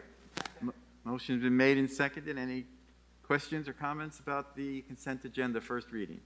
If not, we'll go on to voting. All those in favor, aye. Aye. Any opposed, nay. Councilor King? Oh, I'm sorry, I thought you had a question. And then we'll go on to second part of the consent agenda, Councilor Snyder. Thank you, Mr. Mayor.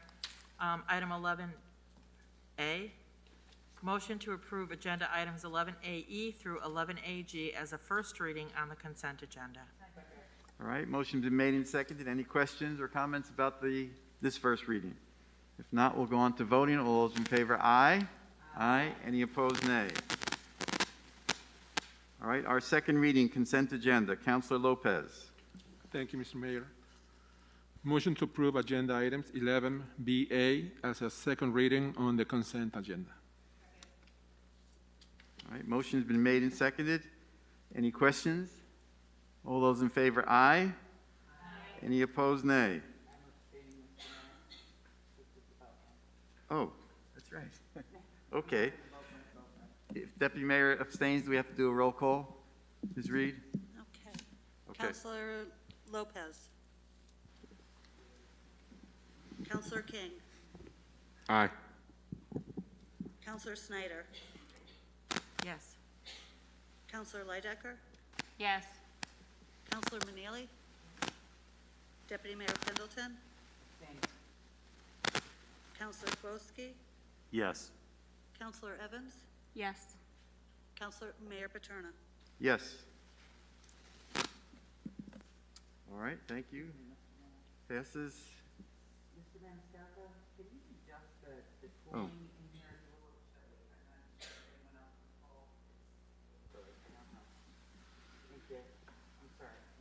All right, thank you. So 8-0, right? One abstention.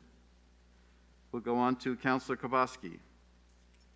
Thank you, Mr. Mayor. Motion to approve agenda items 11BB as a second reading on the consent agenda. All right, motion's been made and seconded. Any questions here? If not, we'll go on to voting. All those in favor, aye. Aye. Any opposed, nay. All right, thank you. We have no miscellaneous items on business here. We'll go on to unfinished business. Item 12A. And this is about the COVID memorial to honor residents. Councilor Evans. Thank you, Mr. Mayor. At this point, we are still waiting on more information about the grant that was applied for. The information is supposed to be more solidified by the end of September, so I'd like to continue the conversation at our next meeting. All right, any questions for Councilor Evans? So we'll just continue to the next meeting. Thank you. Item B, discussion on the creation of an arts commission. Councilor Evans, you want to start us off? I think we all have a copy of the draft ordinance. Yep, so everyone should have a copy of the draft ordinance that hopefully we can go through and solidify tonight. I know also a concern from some people is to have members from the South Windsor Cultural Arts Group come and have some input as far as how they have progressed and provide any input to us going forward for the Arts Commission. So I know that's Seal Decker, and I don't know if Sydney O'Connor is here as well. So if we had questions for them, or if they wanted to, that's me, Cheryl O'Connor, if they wanted to provide any input on that. I have had multiple conversations with people from the community, a lot of people with questions about the commission. I think the strongest point that can be made is that this commission is not to control or stop art. It really truly is for us to make a commitment to art as a community and to help these groups to grow and foster and to be able to connect them and support one another going forward. All right, thank you. Seal Decker is here, and would you like to share, because you had some experience with the arts in town previously? Yes.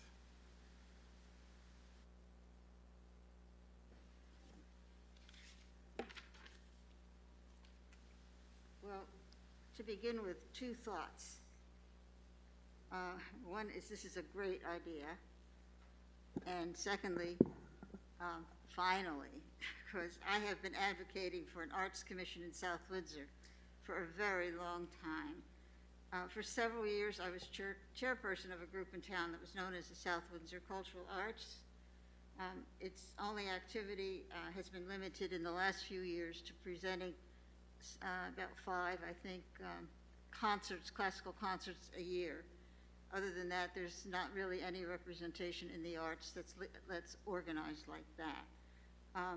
We desperately need a commission that will be supported by the town and will be inclusive of all forms of art, such as the visual arts, the theater arts, the musical arts, the dance, literature, poetry, sculpturing, craft work, performing arts, etc.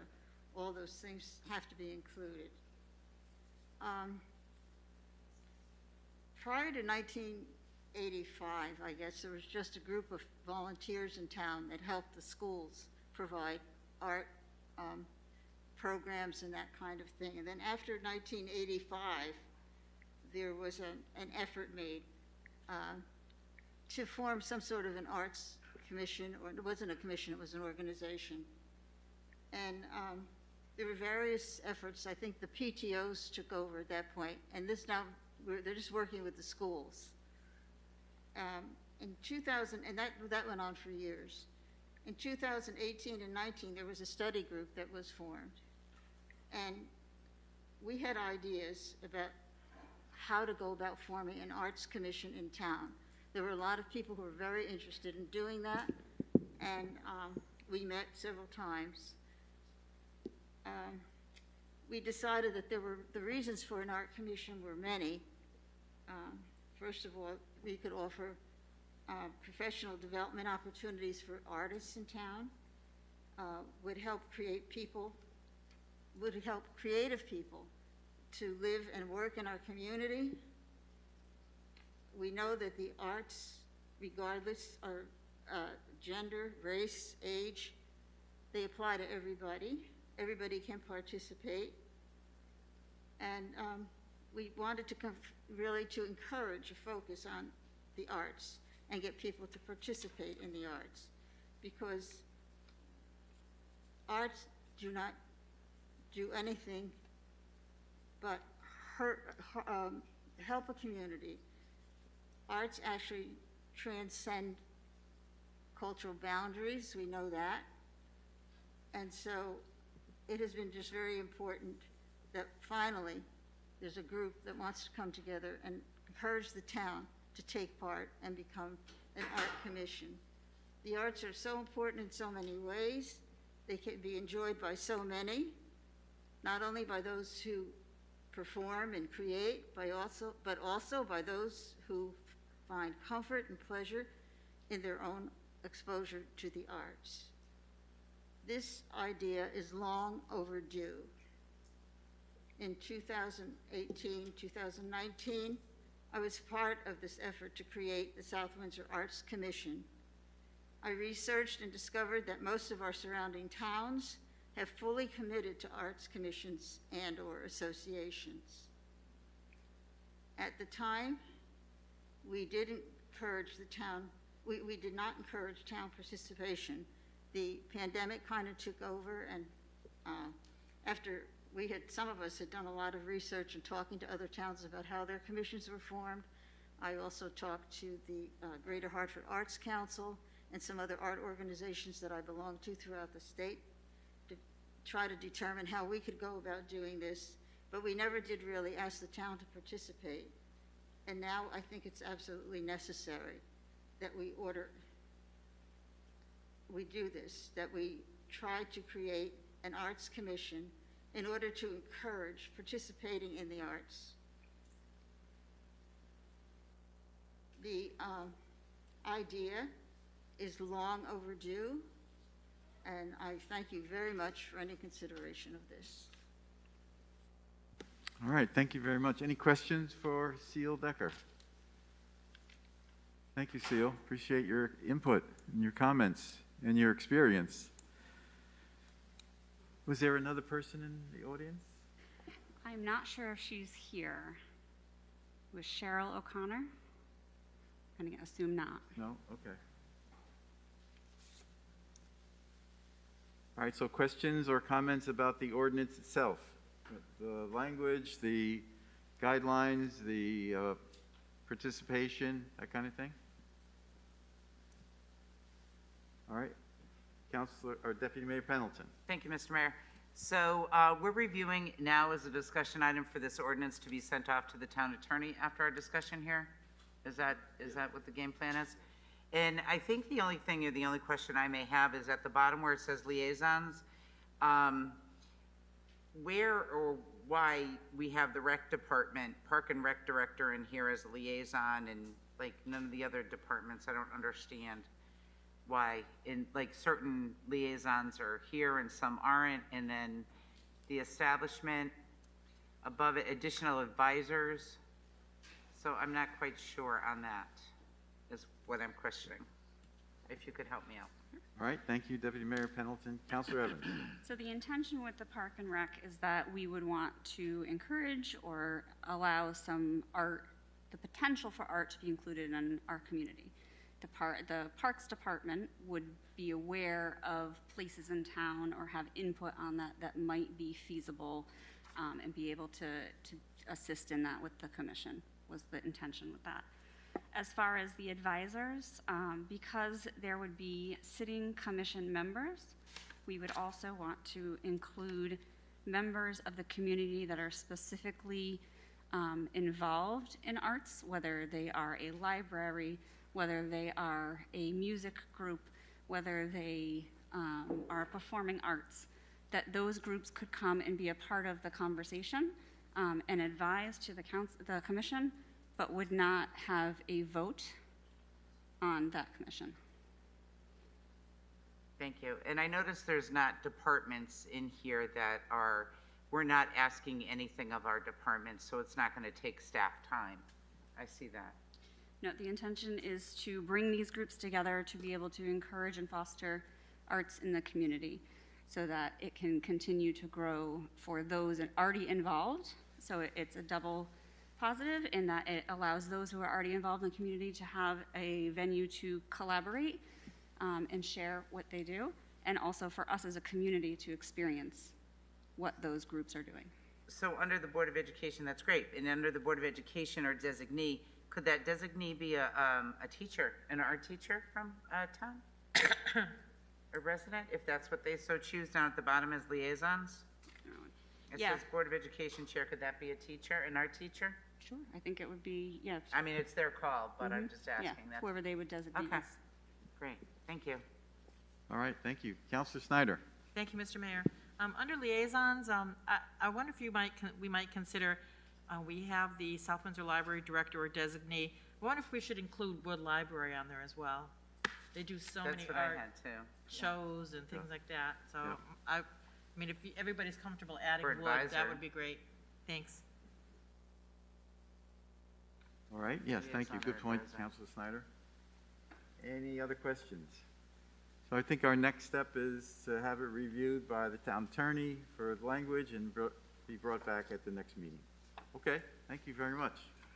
We'll go on to item C, discussion on legalization of marijuana in Connecticut and South Windsor. And both Councilor Kowalski and I asked for this discussion item, and I'll let Councilor Kowalski kick things off. Thank you, Mr. Mayor. After some discussions I've had with Mr. Kozakowski, who spoke earlier tonight, I can see now where this kind of falls more under the P and Z. What I would ask of the planning and zoning, and I think we've got a member out here tonight, is that they hold a public hearing to get a feel for what the residents of the town are thinking as far as, do they have an interest in having this here or not? And then they can do whatever they need to do after that. Thank you, Councilor Kabowski. You talking about Mark Kozakowski, who was here to speak earlier? Yes. And is he a member of the town of Middletown government? Yes. What have they done in Middletown? If he's still here, that would be great to just hear. Mark, what have they done in Middletown?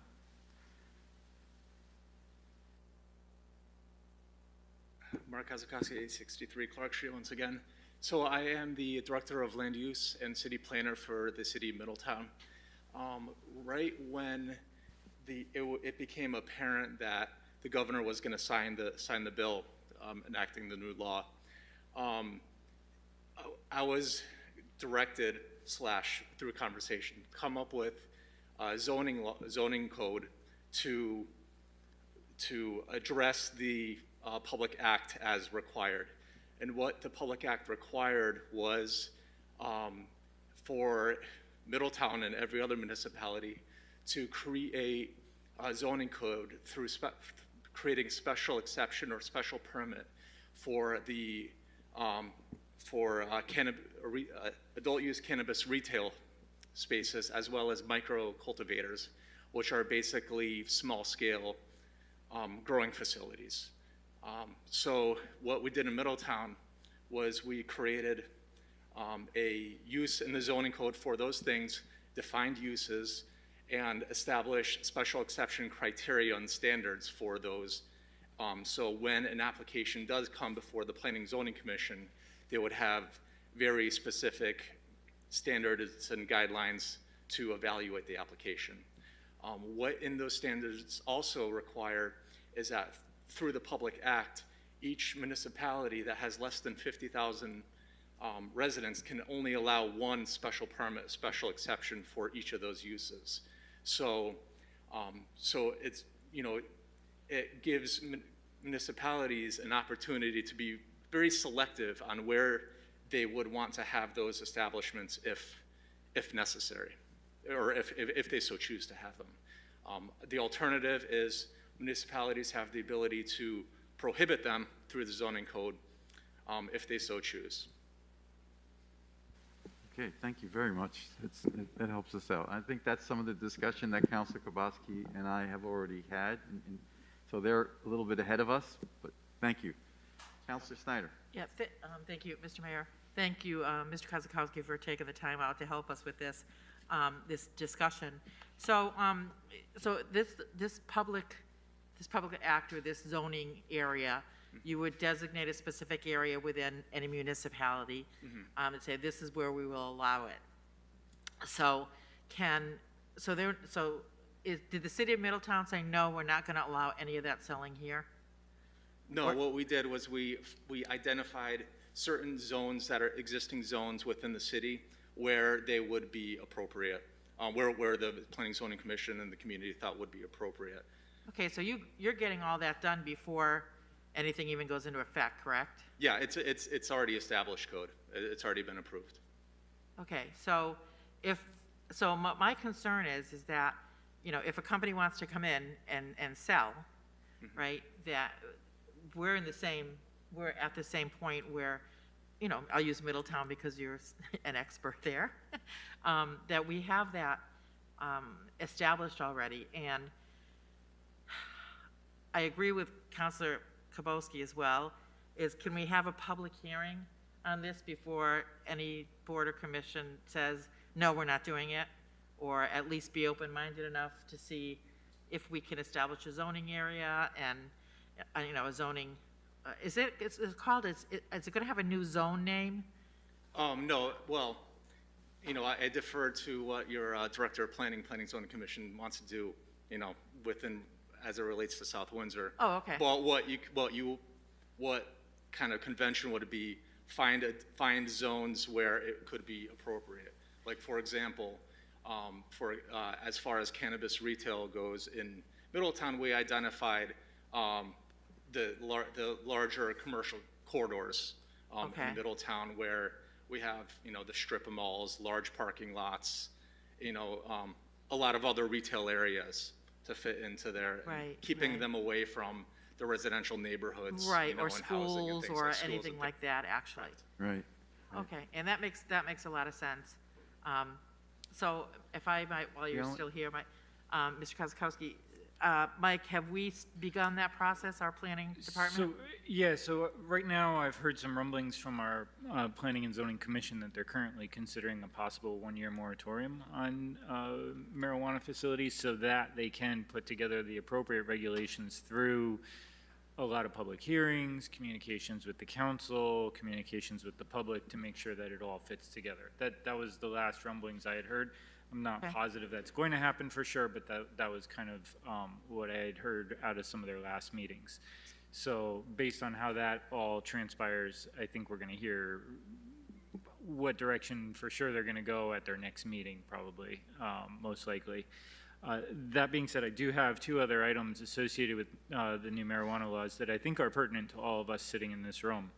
The first one is that in order to approve a hybrid permit for a facility in our community that serves both individuals with a medical marijuana card as well as somebody interested in using for recreational purposes, in order to get that approval, the applicant to the state actually needs approval from the town council in order to do that.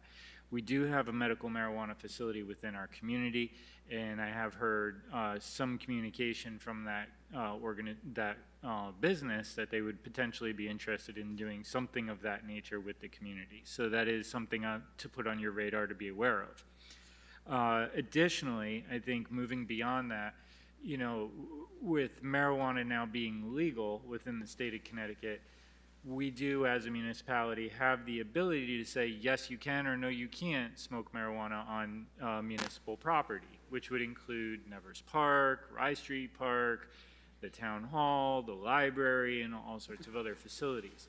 The challenge associated with actually enforcing that, I think, is going to be very difficult, because how do you tell the difference from a distance away whether I'm smoking a cigarette or I'm smoking a joint? So I think the idea of possibly, if it's something you're not interested in having people doing at Nevers Park or some of these other locations, putting in place some type of ordinance or something? Ordinance or some type of rule that basically says no smoking within the park unless in a designated area, possibly, something to that effect. I think would make the most sense moving forward, if that's of the desire of the council. So just those two items that I think are important associated with this conversation, those are two things that, one, you need to be aware of, and the other one that you could possibly take action on. Okay. All right. Thank you. Thank you, Councilor Snyder. Thank you, Mr. Kozakowski. Great input. Appreciate it very much. I know, well, one question first. Even if a moratorium is put in place, that doesn't preclude holding public hearings, getting public input. Definitely not. And actually, okay, I think so in order it's not for them stopping to everything, it's just stopping the actual regulation. Yeah, and in all honesty, I think in order to put a moratorium in place, I believe they have to have a public hearing. Right. Okay. Thank you. Now, I know we have a member of the Planning and Zoning Commission here. If we could put her on the spot a little bit, is that all right, Stephanie?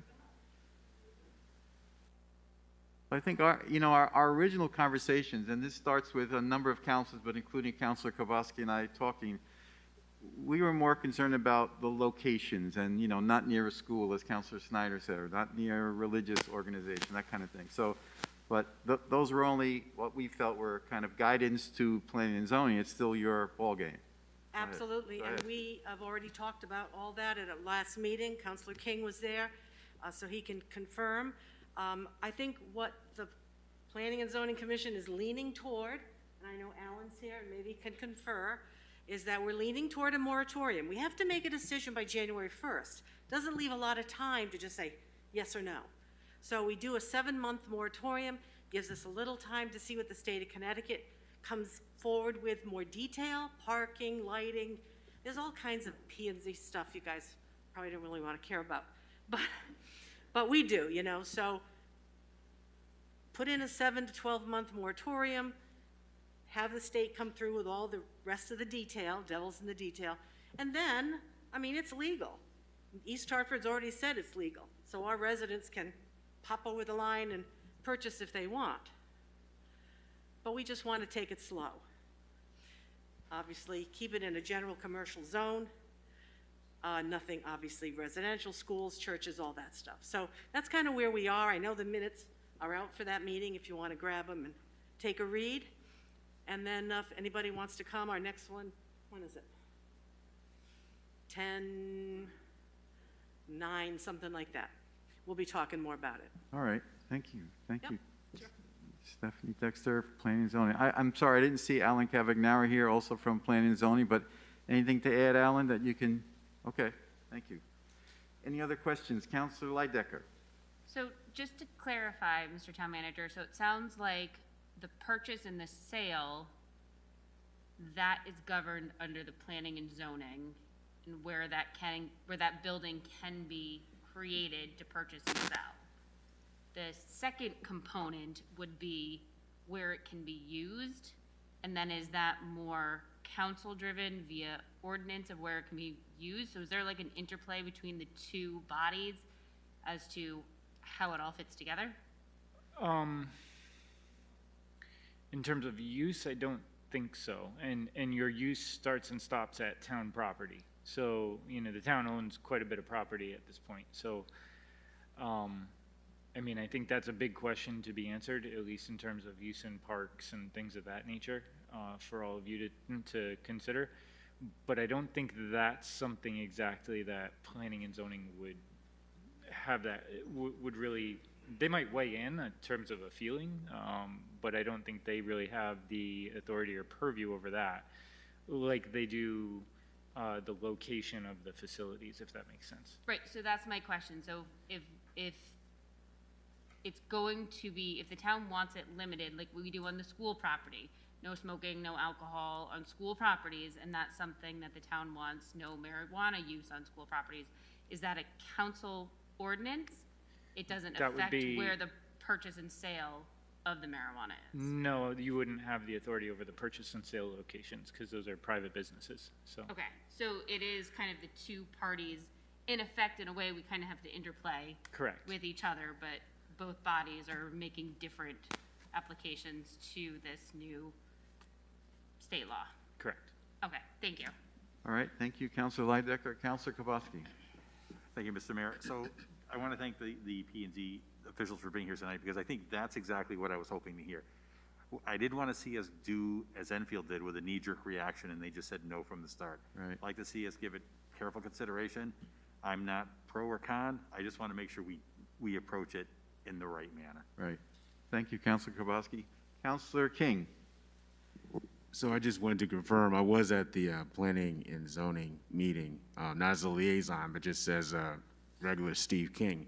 And I appreciated the fact that you guys took the time to actually discuss it across lines and really care about the community as a whole. I was very impressed, as that was my first meeting, with the fact that it wasn't politicized, it wasn't he say, she say, all that other stuff. It was, we care about South Windsor as a whole. We think these are the pluses, we think these are the minuses. And I appreciated the fact that, to go along, Councilor Kowalski, that they actually did say, let's pump the brakes. And there was some back and forth about it. But they did say, let's pump the brakes, let's figure it out. Because if you go through, and I have not, and I don't plan on it, but that's your job, is to go through the reams that the state has said. And a comment that came up several times was the fact that, okay, let's see what other towns are doing. Let's see how we can perhaps do a hybrid and see how that may work for the town. And if it does, then that's great. But we'll figure that out through the commission. And I'm glad that, I just wanted to say I commend you guys. See, I can't see through the plat, but commend you guys, so please pass that along, because I thought you guys did a great job with that. And so I just want to say to the council that they're all over it. They are making sure that as a town, as a whole, that they're making a decision that's in the best interest for all of us. Good job. Okay, thank you, Councilor King. Deputy Mayor Pendleton. Thank you, Mr. Mayor. Mr. Maniscalco, I want to go back to that for 1 second. I have in front of us what you've given us in the weeds with the new law. And I've been sitting here when that question came up that Councilor Leidecker presented was on the what the law allows. There has to be a local referendum, of course, for any zoning creation or changes. The referendum concerning this.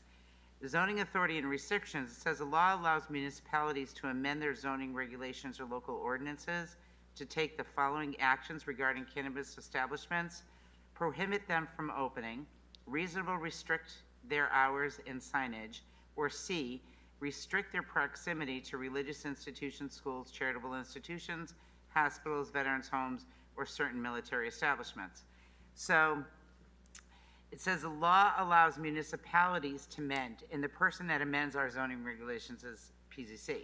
So this would not fall under our purview of these schools or proximity or anything like that, correct? Correct. The locations do not fall within your purview.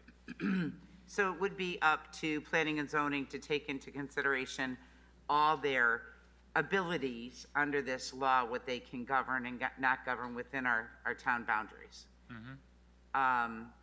And then it says if a municipality imposes additional and modified regulations or ordinances regarding the above, they shall not apply to existing establishments for a period of 5 years. So does that give us the ability to create an ordinance under this law?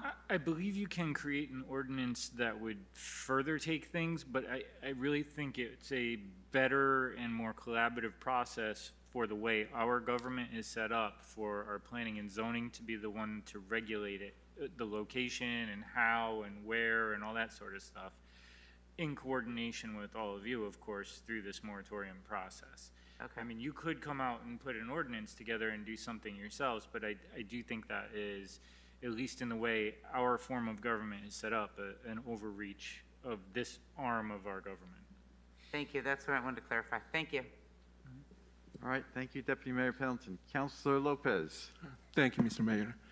Mr. Town Manager, so based on what Mr. Kasikowski mentioned, if we already have a facility for medicinal marijuana, does that, and Mr. Kasikowski said that we can only allow one location per use, does that mean that that will be it? There will be no other?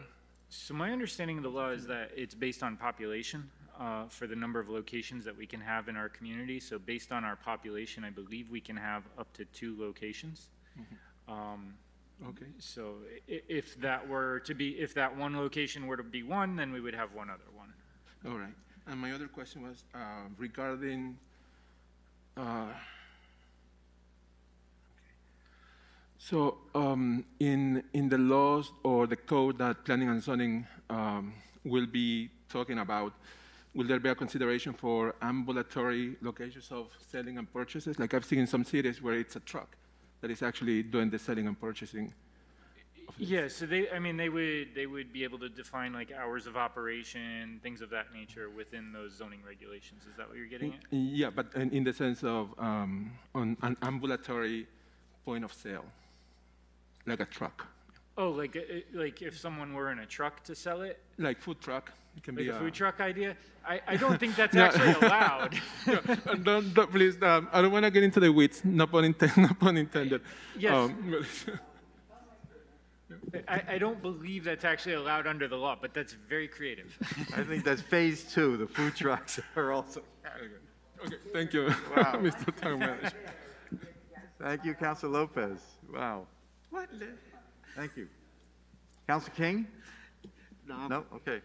All right, any other questions? I think we're all set. We'll wait for Planning and Zoning to announce their next steps, and I encourage all of our council members to share some input with Planning and Zoning members so they hear from us.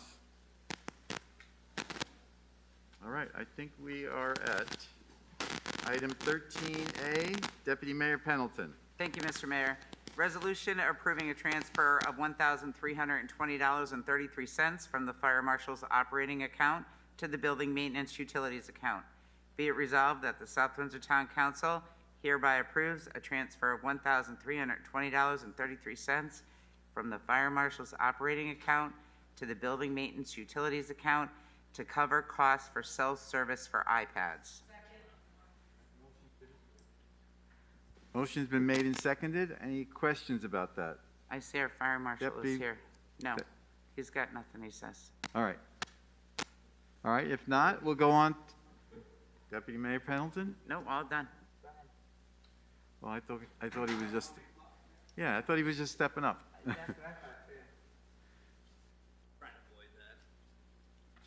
Good evening, everybody. How are you? Okay. I'm here to answer any questions. Deputy Fire Marshal Dave Malden actually wrote a grant to FM Global. We didn't think we were going to receive that. We put in a grant for 3 cell-activated iPads, and we won.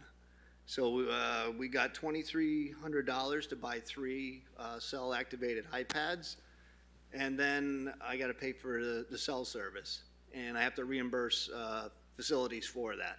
So we're going to take money out of my operating account and move it over to Clay so he can Okay. pay the cell bill. All right, so in a sense, it's like a matching grant here. We've got the majority of money for the Yeah, we got the devices. equipment, now we just got to pay for Yeah. cell service, yes. Okay. Thank you very much. Oh, you're welcome. All right, any other questions? If not, we'll go on to voting. All those in favor, aye. Aye. Any opposed, nay. Item 13B, Councilor Evans. Item 13B, resolution regarding DNR Laboratories. Whereas the town of South Windsor has a very complex audiovisual system that is used to hold, record, and broadcast public meetings, and whereas given the specialized nature and intricacies of the setup, all of the equipment in the meeting rooms and the control room has been installed, configured, and supported by the same vendor, DNR Laboratories of Watertown, Connecticut, to allow such equipment to seamlessly integrate. And whereas an effort to continue to improve and expand the functionality of the system is ongoing, and the cost to add elements to the audiovisual system often exceeds the threshold for competitive bidding set forth in Section 714 of the South Windsor Town Charter. And whereas, in order to maintain the continuity of the current audiovisual system and minimize costs, it is in the best interest of the town to waive this competitive bid process each time elements are added to the audiovisual system.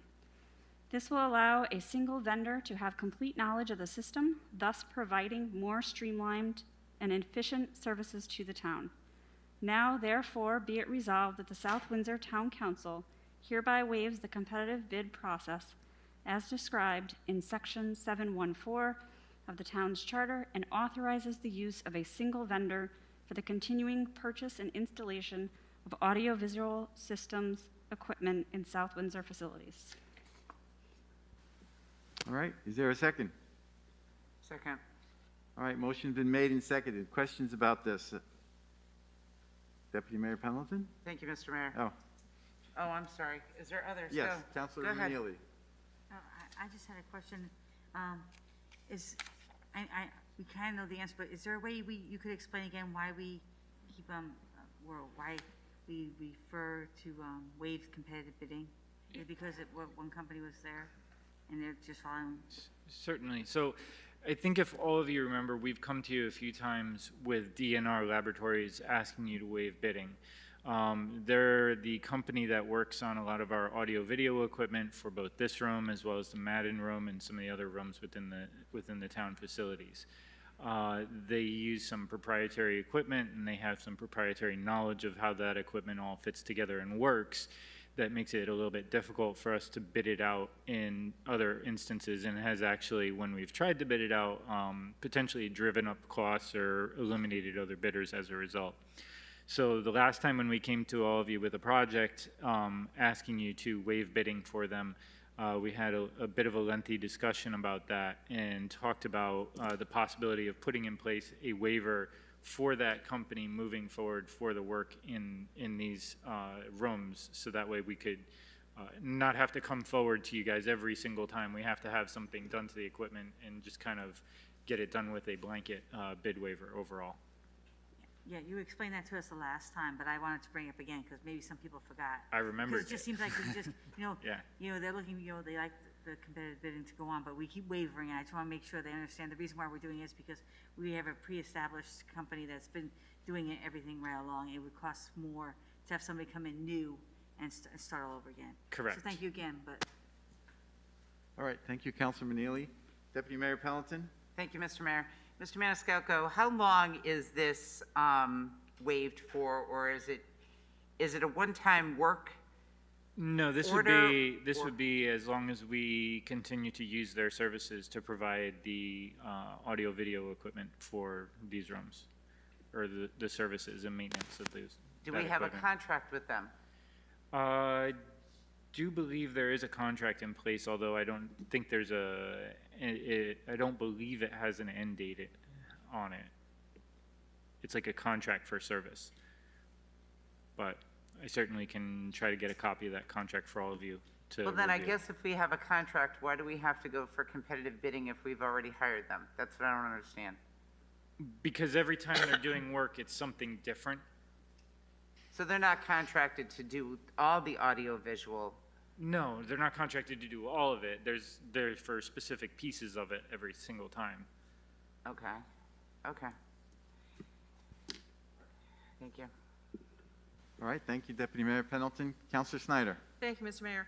I mean, I get this whole thing. What happens is when you have a system already in place, and we are constantly changing and adding another room or changing the audiovisual in here. So to go ahead and put it out to bid again to somebody else, they're going to come in and say, well, we're not compatible with the system that DNR put in, so we have to replace all that and put our system in. It's classic, just like if you buy something and they don't make the parts anymore, and now you have to do the whole thing over again. So I get all that. My question is, have we done a cost analysis to make sure that the costs of anything that we are in fact expanding on the purchase or expanding on any of the equipment, a quick cost analysis of, this should cost $3,000, but we're getting charged $5,000. I mean, we used to have that a lot at the state, where highway systems and lighting systems can only be one kind. The Bradley is only lit by one type of light, and you couldn't buy it anywhere else. But if we're going to go ahead and change a runway lighting, and it's $1 million, it's like, geez, it shouldn't cost this much. So I guess my concern is just to make sure that, I'm sure they've already done it, but some kind of a cost price analysis or negotiations with the vendor, the fact that we're relying on them to be able to lower their price and give us something that is in fact meets our needs, fits our system, but isn't gouging us. Thanks. Certainly, and one of the nice things about our IT department, since we provide IT services for multiple communities who use different vendors, our staff are very in tune with what pricing is for other vendors in other communities, so that way that we do get that comparison and that looking of what could be beneficial for ourselves. And in the event that it did change, we certainly would make that decision. Yeah. All right, thank you, Councilor Snyder. Any other questions about this resolution? If not, we'll go on to voting. All those in favor, aye. Aye. Any opposed, nay. Thank you. We'll go on to item 13C. Councilor King. Thank you, Mr. Mayor. A resolution waiving competitive bidding for the tower at Veterans Memorial Park and authorizing the town manager to execute any and all contracts and documents.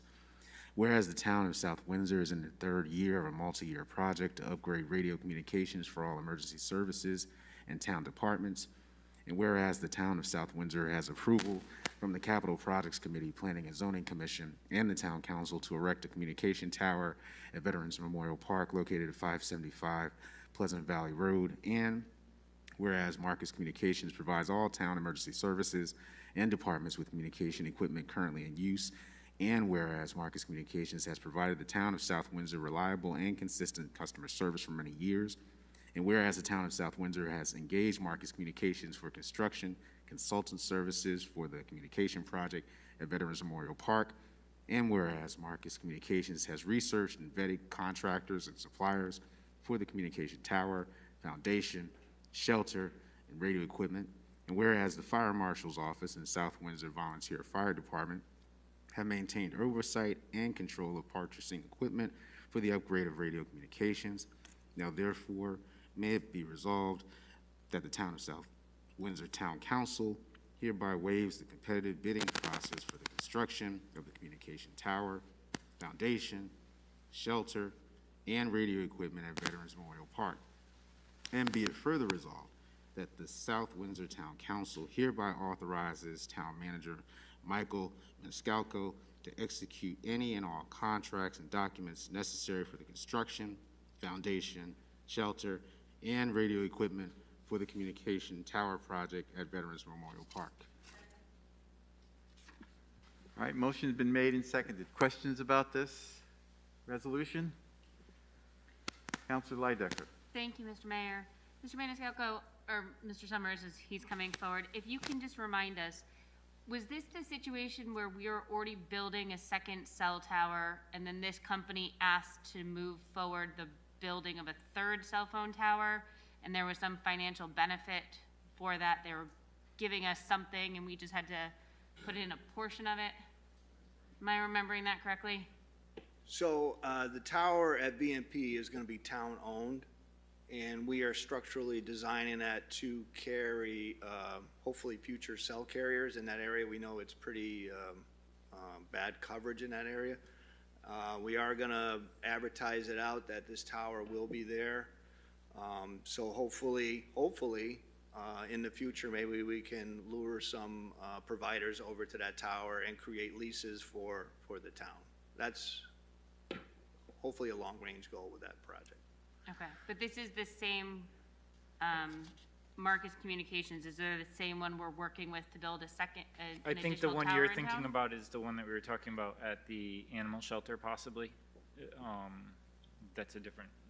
That's a different project. We're still in the infant stages of that project. We're waiting for a lot more information from them on the details of that, and we're working with the town manager with that. So that's still out there. We haven't got enough details to bring it forward to the council yet.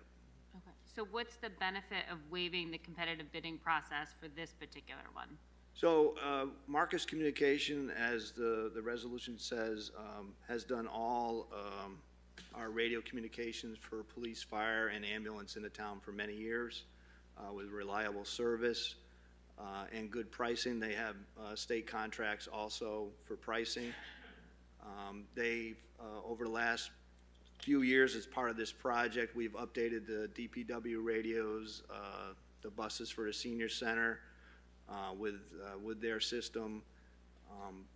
They're excellent to work with, and we know that they vet out their contractors for pricing to meet our goals too. And our consultant is actually Chris Hvac. He used to be a volunteer deputy chief here.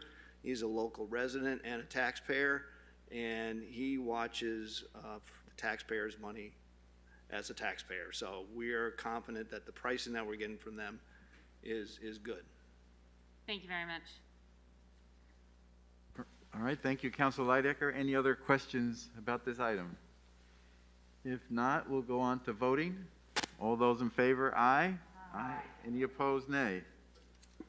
Thank you. Thank you, Mr. Summers. We will go on to item 13D, discussion item on the Agricultural Land Preservation Advisory Commission. Joseph Kennedy is here as the chair. Councilor Lopez, why don't you start the discussion with Mr. Kennedy? Yes, so there has been a request, thank you, Mr. Mayor. There has been a request to make a change to the advisory commission, and Mr. Kennedy is here to explain the reason for that. Thank you. I'd like to thank Councilor Lopez. I also talked to Councilor Kowalski and Deputy Mayor. First, basically, it's just a name change. I don't know. We'll have to consult the lawyer. It is an ordinance. We might have to have a public hearing, because when about 5 years ago, under Mayor Merrick, we changed some of the membership and stuff like that. The reason why we're doing it, we're not just agricultural preservation. The first one, preservation of farmland and open space. We support the agricultural community. We walk town-owned properties, make suggestions for walking trails or community gardens. We apply for federal, state, or private funds to improve town-owned properties. We formulate referendums. We also work with like the planning and zoning, open space task force. The town has preserved over 900 acres of land. This is what makes us such a great town is you got all the parks, you got open space. You don't get that suburban sprawl. And the zoning board's done a great job, and open space has done a great job with subdivision open space. And so that's it. At this time, I'd like to recognize on my commission, 7 out of the 12 members have a lot of years. We have 2 members with 15 years, myself and Jim Kupchunas. We have 2 20-plus year members, Sandy Jeske and Seal Decker, and I have 3 30-plus members in Betty Warren, Jim Footner, and Tim Shepard. So there's a lot of years, a lot of experience, and we'd like to do in the coming years more agricultural, like community garden, community or home gardens. Have a ag person come in, everyone knows how to grow beans and corn, but maybe something on greenhouses. And because with climate change, the Main Street area where you got prime farmland, and then we like to, in the future, make a list of all those small farm stands, support your local farmers. And I know the mayor was big in forming, the rec department owns it now, but when it comes to the farmers market, Andy was involved in that for years, and he did a great job. And now the Park and Rec is doing a great job. So we like to show local produce, like the chamber says, buy local, and that's what's supporting our community. So that's it. Just a simple name change. I think we might have to have a hearing because it's an ordinance, but that's it. So if you have any questions. All right, thank you, Mr. Kennedy. Deputy Mayor Pendleton. Thank you, Mr. Mayor. I'm sorry, I want to make this clear. I want to understand, you're telling me that the name in the ordinance presently is Agricultural Land Preservation Advisory Commission? Right. Presently. That's right. what it's titled in the ordinance? Right. Yeah, it's 7 words. Okay. And you want to change it to Agricultural Commission? Right. And the reason, and what we would have to do that is to have the public hearing to amend the ordinance with the name change. Right. But the reason you want to change that after what I just heard, and I want to make sure that I understand this correctly, you do much more than agricultural land preservation with the items that you just listed. Right. That's what you're saying. Right. So you would rather have it just the Agricultural Commission. Right. Now, most of us, like we go by small pack, right? So if we go to the Agricultural Commission, it'll be SWA. We'll have a little swag on our commission. So, yeah, that's it. Thank you, Deputy Mayor. Thank you, Mr. Kennedy. All right, thank you, Deputy Mayor. Any other questions? Yes, Councilor Snyder. Thank you, Mr. Mayor. Joe, are you changing, I get changing the name, and I think it'll work better, I agree. But are you changing the charge of the committee, of the commission, like the how it's operated and, yeah. Are you actually changing what you want to do? Well, I think we are in a fact.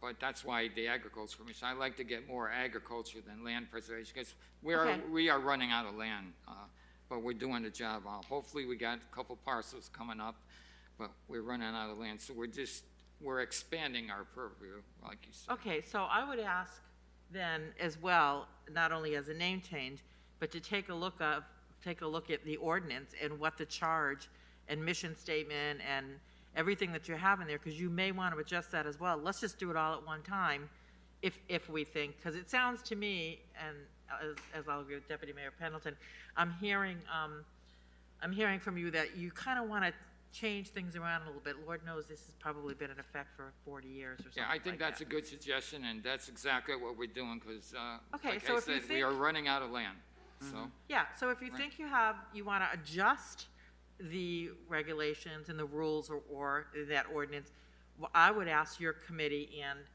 the town manager to take a look at it in its entirety, globally, and say, Right. do we want, if there's things that you're not going to use anymore, then, and you don't see them, then get rid of them. Because over the past, I know some of your members have been there, I know Betty, like, as you Right. said, 30 years. Right. There's members of that commission now that have a long history to see where it has changed and where it is modified from. So let's take a look at, have you take a look at the whole thing and see if you can rewrite it and Right. with the I think that's a good assistance- suggestion, and like I said, there's no time limit. We've been around forever, and especially my members. Yeah, but it's So- a good time to take a look at the whole Right. thing. Sounds So- to me like perhaps a mission change or slight adjustment would be the right thing to do. I So- appreciate your suggestion, and I want to, Jan did a lot of work. She was liaison to open space, so she's always been a friend to the land you. preservation community, so thank you. Okay, thanks. Thanks, Right. Mr. Mayor. Thank you, Councilor Snyder. Councilor Kowalski. Thank you, Mr. Mayor. So I was a member of Hvac for a number of years myself, and I think in my time there, it was already starting to move towards more of an agricultural commission instead of land preservation, as far as walking the different farms in town. So while I think it's yes, you're changing the mission, I think these are changes that have been in effect for a number of years, at least since I've been on. So I support this, and I think it makes more sense to call it an agricultural commission, because that's really the work that was being done.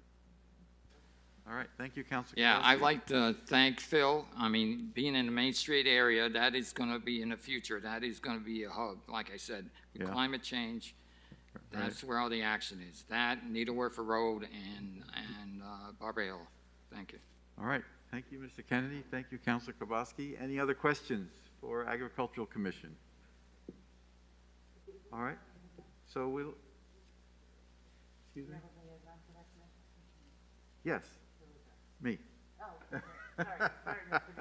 Okay, thank you. And so, Mr. Kennedy, we'll talk with you about scheduling the public hearing Yeah. before we can like do any. Jan said, we got to get together. Right. Make some changes. I'll get Right. together with the town manager. No rush, because you Yes. guys are very busy, so. Okay, thank you very you. much. All right, thanks. Item 13E, Councilor Manili. Thank you. Resolution accepting the resignation of Edwina Footner from the Economic Development Commission. Be it resolved, South Windsor Town Council hereby accepts with regret the resignation of Edwina Footner from the Economic Development Commission effective July 1, 2021. And be it further resolved, the South Windsor Town Council extends its thanks to Edwina Footner for her time she has dedicated to serving her community by her membership on the Economic Development Commission.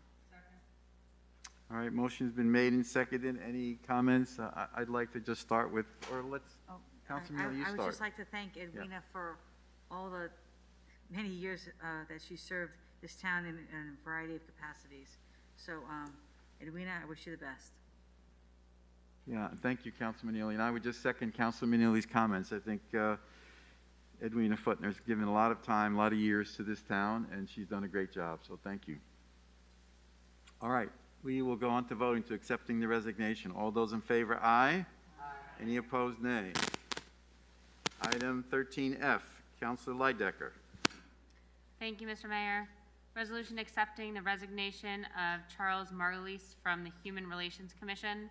Be it resolved that the South Windsor Town Council hereby accepts with regret the resignation of Charles Margulies from the Human Relations Commission effective immediately. And be it further resolved that the South Windsor Town Council extends its thanks to Charles Margulies. Is it Margolis? Margolis? Thank you. Charles Margolis for the time he has dedicated to serving his community by his membership on the Human Relations Commission. All right, motion's been made and seconded. Anyone care to comment?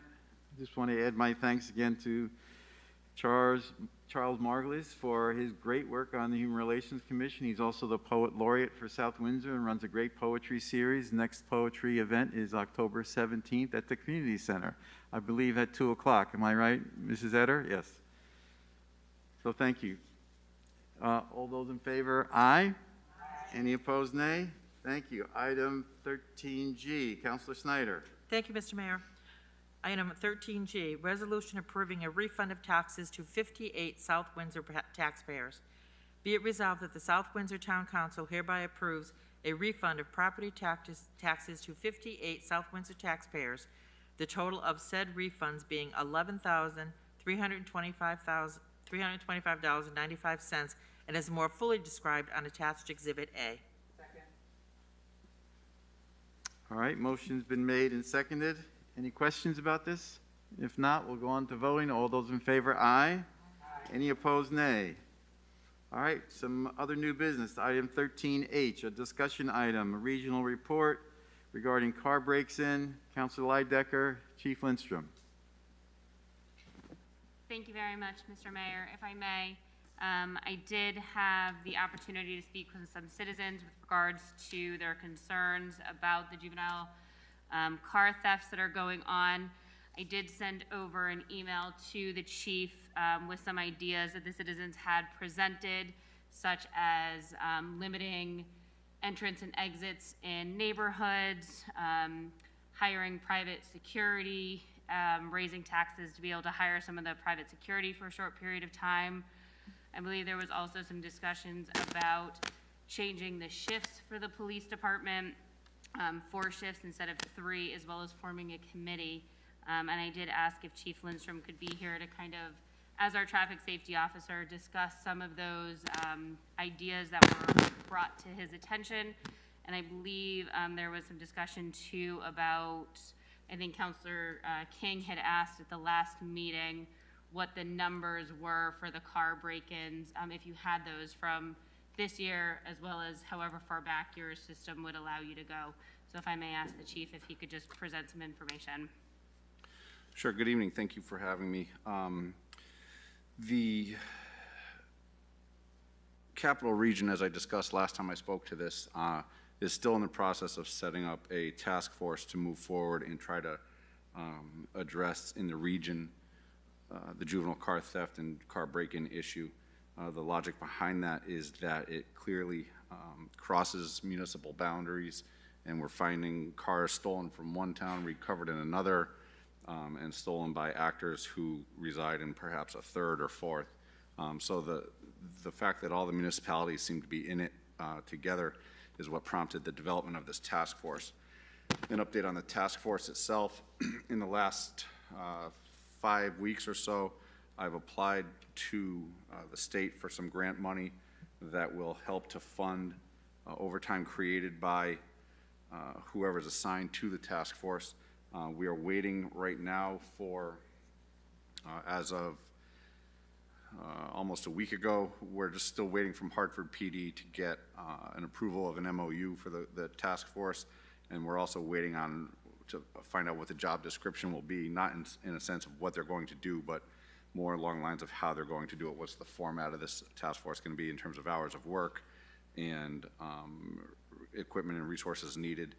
So as you may have seen, as recently as last night, Farmington PD had an officer gravely hurt as a result of what we think is a juvenile, but it was someone in a stolen car.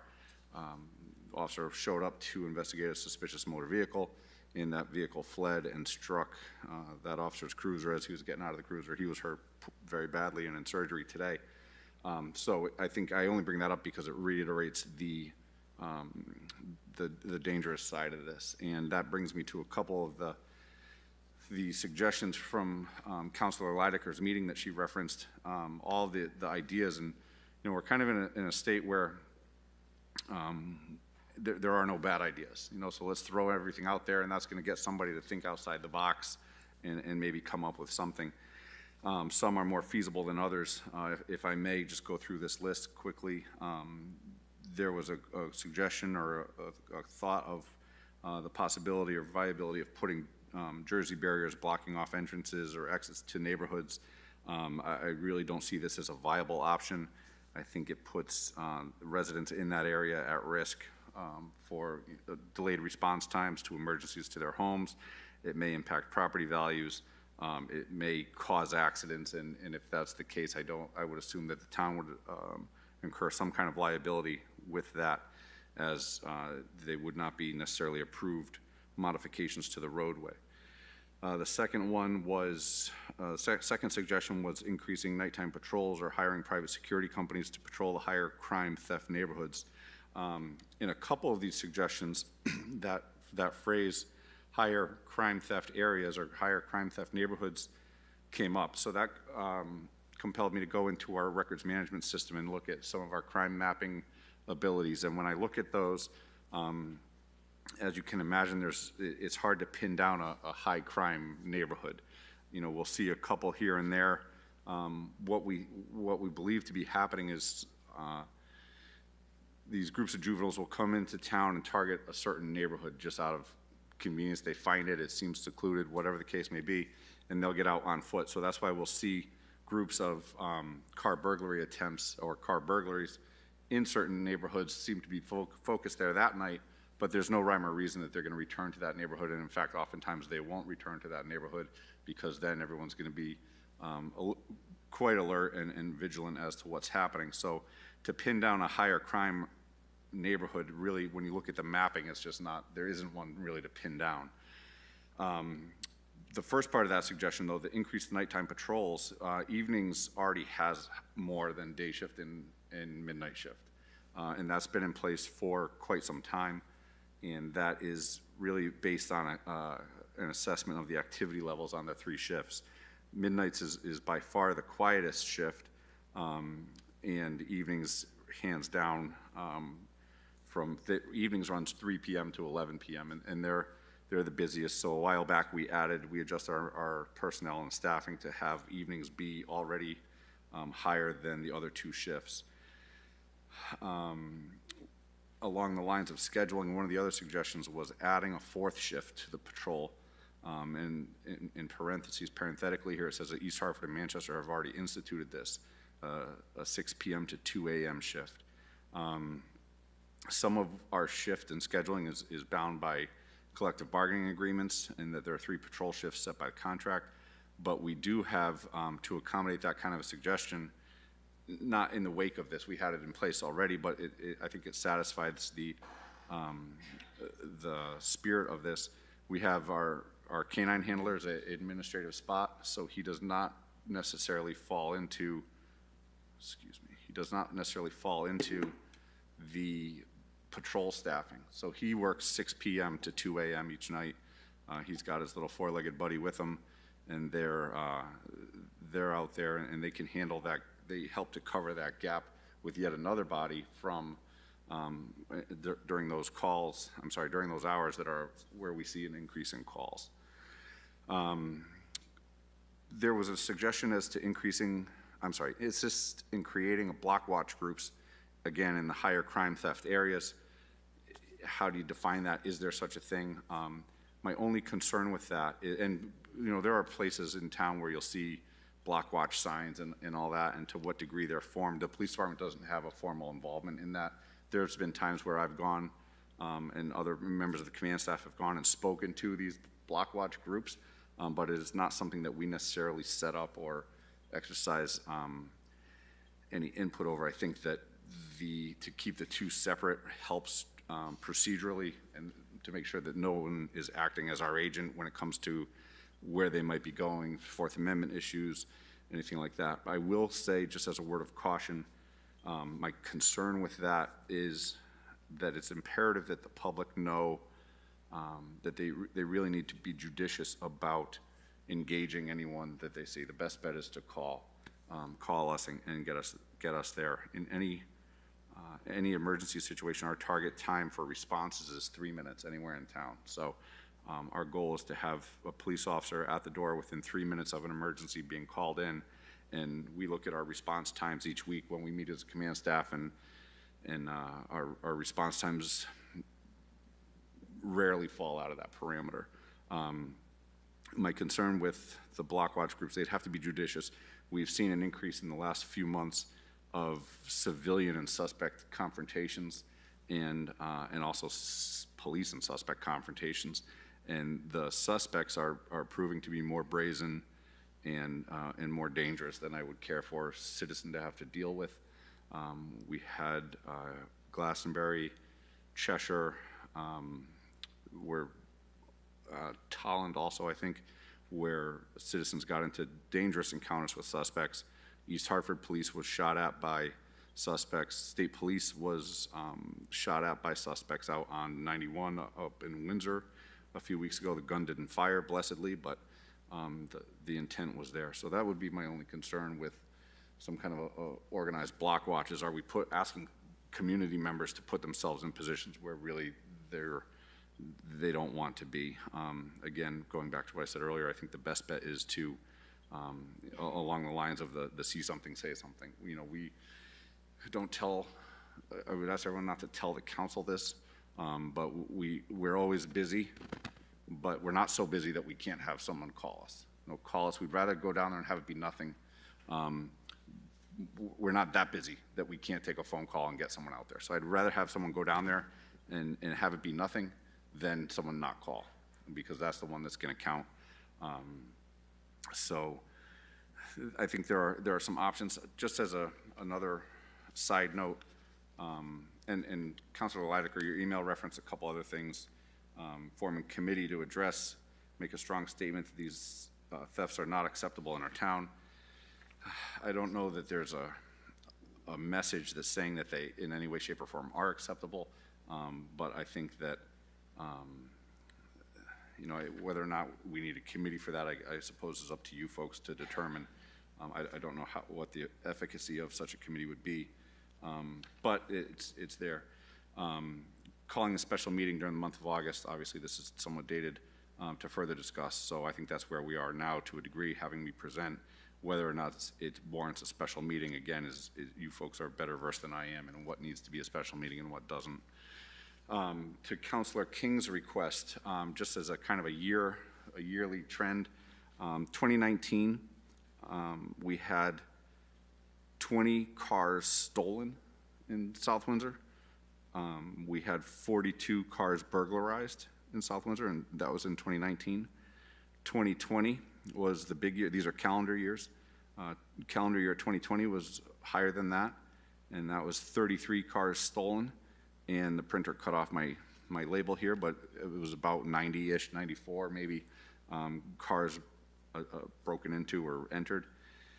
And then 2021 year to date, we're at 26 car thefts and 52 year to date cars burglarized, cars entered unlawfully. So if there's a silver lining to be had, I will offer this in discussions with the manager a couple months ago. While we're working behind the scenes to get this task force up and running, our folks are staying visible, particularly in hours of darkness with high visibility patrols, a lot of cruise lights, which are the steady burn lights you see on the red and blue.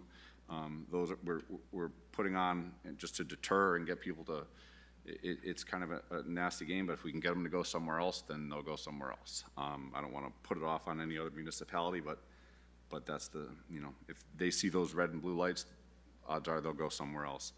But we're, you know, working on the task force, like I said, high visibility patrols, and the other branch that we're working on is public education and public information. And we've been every couple days trying to get a message out to the public through our social media channels about the 9 p.m. routine that we've discussed previously. We went ahead and bought some, I hope you've seen them, some yard signs that are around on some of the town properties. That I did do the application for zoning for that, so don't yell at me. It's all legit, I promise. But there are still some available. We've gotten rid of about half of them, so there's still some available for the public if they want to swing by the PD and pick one up and put it in their own yard, by all means. But the silver lining, as I said, is that it's true, I don't want to jinx ourselves, but so far in the month of September, we have had zero thefts, 0 break-ins. So that leads me to believe that the chief is awesome. No, I'm kidding. Leads me to, trust me, he's not. But it leads me to believe that maybe some of this public messaging is working. And I know that we don't want ever the burden to be ours to secure our own property. But the fact of the matter is, when I go on vacation, I lock my house because I'm not going to be there. And I've told you all in the past, at night, my 9 p.m. routine I know drives my neighbors nuts because they hear the horns chirp of the cars that are outside, but it seems to be working. So I don't want to poke a sleeping bear, but the trend is what it is. As this task force forms, the manager and I will have some discussions, I'm sure, as to making sure that the benefit outweighs the risk. If we do in fact dive in with this, we've had it in the last month and a half. We've had a car rammed, a cruiser rammed, and it's still out for repair to the tune of, I think it was $12,000–$15,000 worth of damage. And that car took off, was recovered in Wethersfield a couple hours later, and we had that incident in Farmington last night. So I want to make sure that we aren't unnecessarily putting our folks, our town employees, at risk. There's an element of risk to everything we do, but Mr. Maniscalco and I'm sure will discuss further the degree to which we're able to contribute to this task force. We've had a couple personnel changes. We've had a retirement in the last month. We had the tragic loss of Officer Lovett in the last 2 months. So our staffing is, we're doing fine, but I really need to look at whether or not I can afford to give someone up full time for a task force as opposed to maybe a couple, 2, 3, 4 nights a week. Once I get that MOU from Hartford PD and a job description, I'll have a better idea of what we're in it for, what we're going to need to do, and we'll make decisions accordingly. So that is, I think, everything, Councilor Leidecker, that you had kind of asked me to touch on. And Councilor King, I hope that the 3-year look back answers your questions about that. But if anyone has questions or comments, feel free, I'll do my best. All right, thank you, Chief, very much. Councilor Leidecker, you want to continue? Yes, thank you very much. I really appreciate it. I hope the citizens who participated in that meeting were able to get some of their questions answered tonight. I guess people are still looking for what we can do locally while we're waiting for the state to address this at that level. So as ideas come in, as you said, there is no bad idea. Let's just keep talking about ideas. As ideas are coming in, what is the best way to get them to you as our chief of police, as well as our traffic safety officer? How is that best able to get that line of communication open? Well, we can do a few things. The police department has a tip line on the website. Well, the first thing is call us. One of the great things about our agency, one of the many great things about our agency is we still answer the phone with a live person at any hour, any day. So call us. If you see a car that doesn't quite fit, call us. If you see something, we all, whether we like it or not, we're all very ritualistic and habit-based. I leave my house every day, and the car next to me leaves first, and next door neighbor, they leave first. I pull out behind them, we wave, we're like little robots, right, in our rat race. So when things don't fit, when the pattern breaks, let us know. So that's the first thing, is to call. Second thing is we have our a tip line available to electronically submit tips to us, and that goes right to our detective sergeant. If people think that they have an idea on who might be perpetrating this, let us know, and you can do that anonymously. We look into it. If we get very little information, sometimes it's a little more difficult to look into, but if the better the information, then the better the follow-up can be.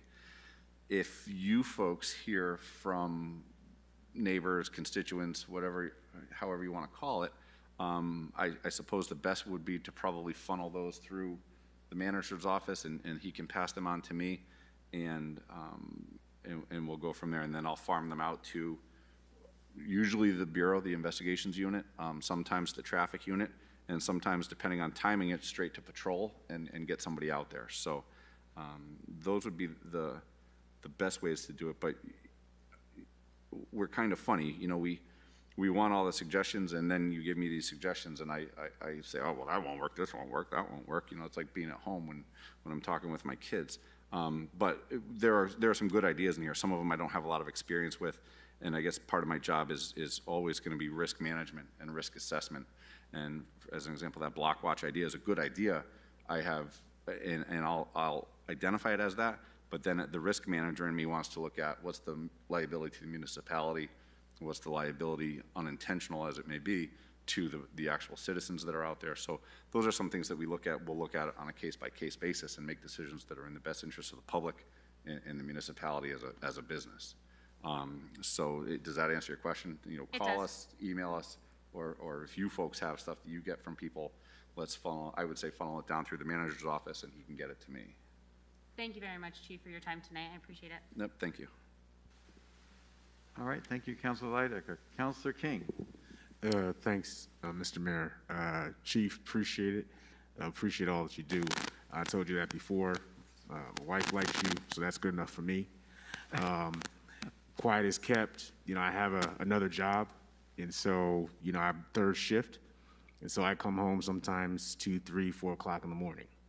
And I can vouch for the fact, especially on Ellington, there's sometimes maybe even 2 cars that are strategically placed, and I'm thankful for that.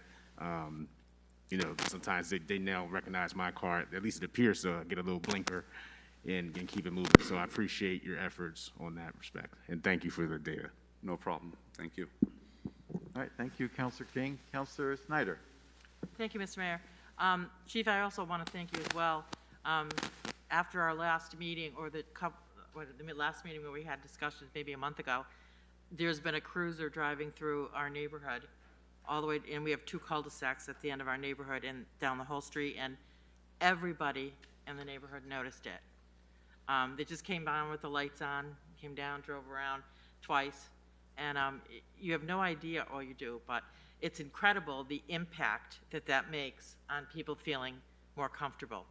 And I know these guys have, our cops have things they have to do, keep us safe, but just those little drive-throughs, every other day or once a night, make a huge difference, a real big difference. So I know your hands are tied as the police departments, as many other ones that I've spoken to as well, but just hang in there and keep trying. And this is it's so frustrating to me, and it's that I can't be comfortable or safe in my own house, wondering if, my car's outside, I washed it, it's drying, oh my God, is somebody gonna steal it?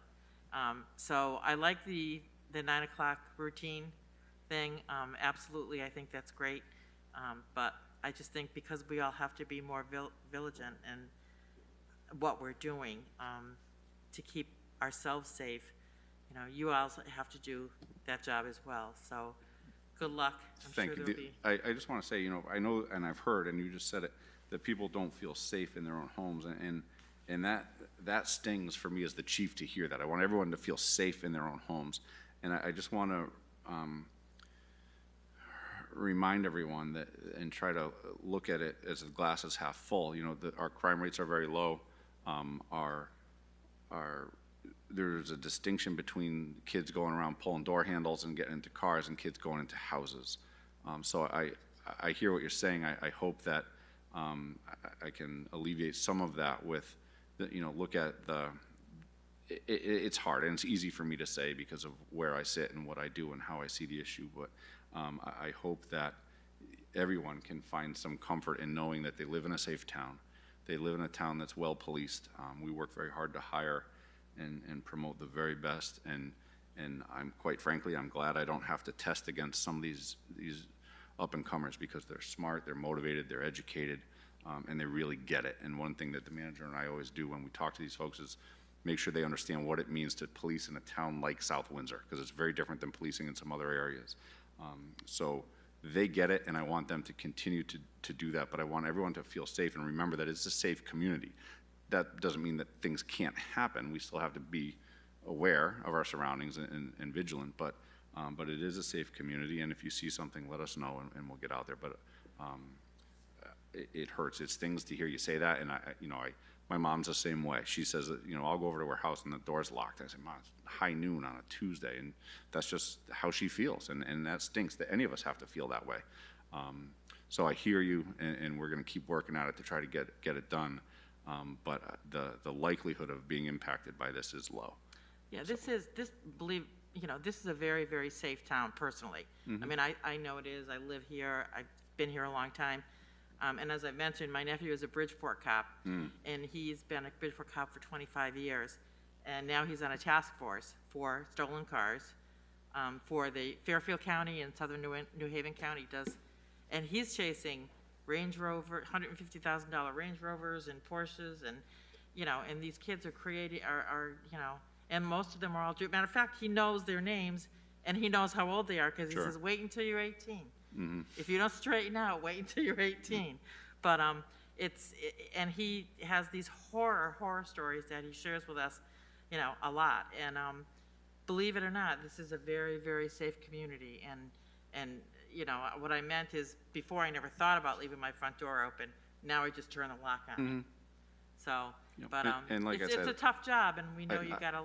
you're gonna get a hold of it, and You know, get it I taken give care the of. citizens credit, because like I said, the September's numbers thus far are encouraging, and that's nothing that we're doing. That's them doing their part to safeguard their own belongings and deter the crime, and by hardening the target, so to speak. So I give the citizenry credit for doing that and being vigilant and calling us with things. So like I said, we'll stay on it, and I hope that we make some progress, and we can continue to make progress. I think we're moving that direction.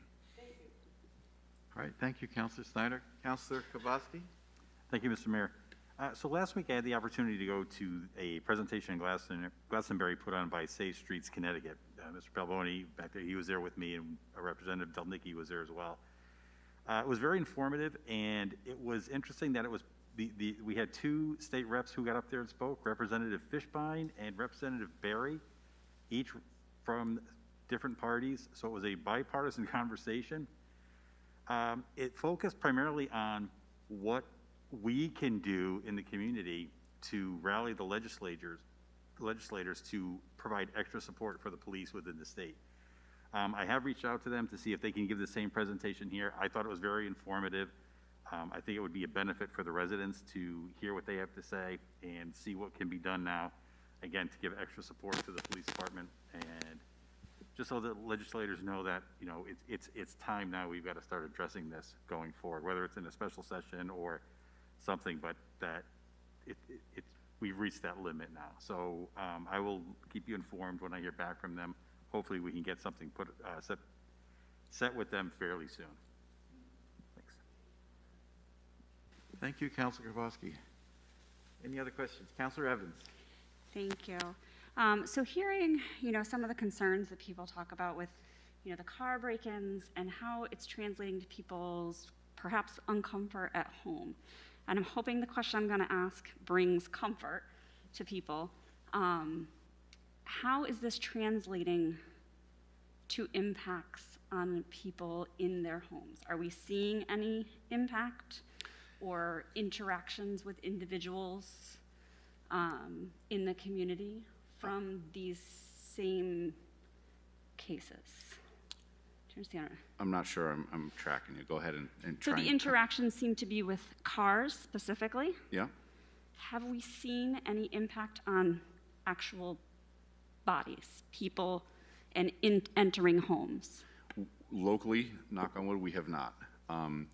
You know, I don't have the numbers in front of me or the cases. I feel as though you always hear stories of that crime of opportunity. So, dark 30 and someone's walking down the street up to no good, and they're pulling door handles of the car in the driveway. If the car's open, they'll go in it. I do anecdotally recall stories where if the garage is open, they'll go in there too and see maybe the chainsaw's in there, maybe the bicycle, something to that effect. But I do think that we're talking about two very distinct criminal enterprises. One is localized to really the car, small time. They get in the car, they put their foot on the brake, they hit the button. If it starts, they leave. If it doesn't start, they'll look for phones, they'll look for purses, they'll look for computers, and then they're gone. That's a different animal, in my opinion, than the person who's looking to actually go into the house and cause harm to a person. The burglaries that we do see, the residential burglaries that we do see, are much fewer and further between than the car break-ins, and rarely is it of someone, of a residence that's occupied. And the law is set up such that if it is an entrance into an occupied home, the crime is classified differently, and the penalties in theory are different as well. But yeah, we are not seeing that there's a real nexus between these kids and what they're doing and going into someone's home and perpetrating further or worse crimes against people. Does that answer your question? It does. Okay. Thank you. I was just hearing that people are feeling uncomfortable in their homes because of the situation. Yep. I just wanted to be clear for myself and the community. As unfortunate as the impact on our vehicles is, I was just curious if there was any further impact for concern. Yep. Thank you. You're welcome. Okay, thank you, Councilor Evans. Anyone else? Chief, thank you very much for your time. Thank you. And your research. Appreciate it very much. Thank you. All right, Councilor, I'm sorry, I don't want to move on yet, but Councilor Kowalski, you're going to check out that potential Safe Streets program? Okay, thank you. 13I, our Town Council rules and procedures, and the committee has requested that we discuss this. You all have a copy in your packet. Who is starting this conversation? Councilor Snyder? Councilor Snyder. Oh, yeah. We kind of do, yeah. Okay, so in the packet was an email or a cover letter with the changes that we made. At our July 19th meeting, there were some counselors, and your names are on here, almost everybody, had some things they wanted changed and kind of tweaked a little bit, and we and the committee, in fact, went back and did that. So if we can, I think there's, under the, has everybody had a chance to look at those changes that they requested, and were they done? I guess that's the best way to ask for it. Yes, I'm seeing kind of yeses. I know, Councilor Lopez, we addressed your change. Councilor Evans, we put the adoption of the agenda back in. You had asked for that, and I'm naming names now. Councilor Kubowski, Manieli, Lopez, Lydecker, and Snyder felt that the speaker should have 5 minutes to speak. We went back and made it 5 minutes, okay? Councilor Evans and Lydecker would like to see the emails read into the record during in-person meetings. We, in fact, put that in there as well. And Councilor Manieli felt that a vote to extend a meeting past 11 should require a minority vote. No, a majority vote, right? Didn't we say majority vote? Okay, so now, the way we are, if we say, somebody says, oh, I want to make a motion to extend the meeting past 11, and one person says no, like, boom, it's over. So we change that so that it has to be a majority, it's a majority, okay. Rather than one person being able to say no, so we did that, and we changed that. And then Councilor Kubowski, back to you, felt that a vote to revise the town council rules and procedures should be a 2/3 plus 1, and we in fact did that as well. We thought that was a great idea too. These rules shouldn't be able to be open like a book and closed all the time. So those are the changes that we made, and Deb, I just want to take a second to recognize Deb Reed, our clerk of the council. She did a fantastic job keeping track of this when it was a lot of work to go through this and change and everything. And our town manager, Mike Maniscalco, was with us at all the meetings as well. So, and as it ended up, Deputy Mayor Pendleton and I finished it off because we had really addressed most all of it. We only had a couple of more pages left to do when our other third counselor left. So we're asking for, if everybody's agreeable to this, we're hoping that we can, I believe we're supposed to send this to the town attorney to take a quick look over. Yep, go ahead, Deb. I didn't know if you wanted to go through the changes that the committee made too, to make sure everybody. Yeah, we can do that too. So the changes, Deputy Mayor Pendleton, do you want me to do the changes that we made under, okay. So there was other changes that the committee made when we were meeting after we considered everything that everybody had added. The committee got together to add those make those changes, and then there was just a few other ones. Under the order of procedure, the public input, the public shall only speak. We're going to put back the public input to only discussions of items on the agenda first.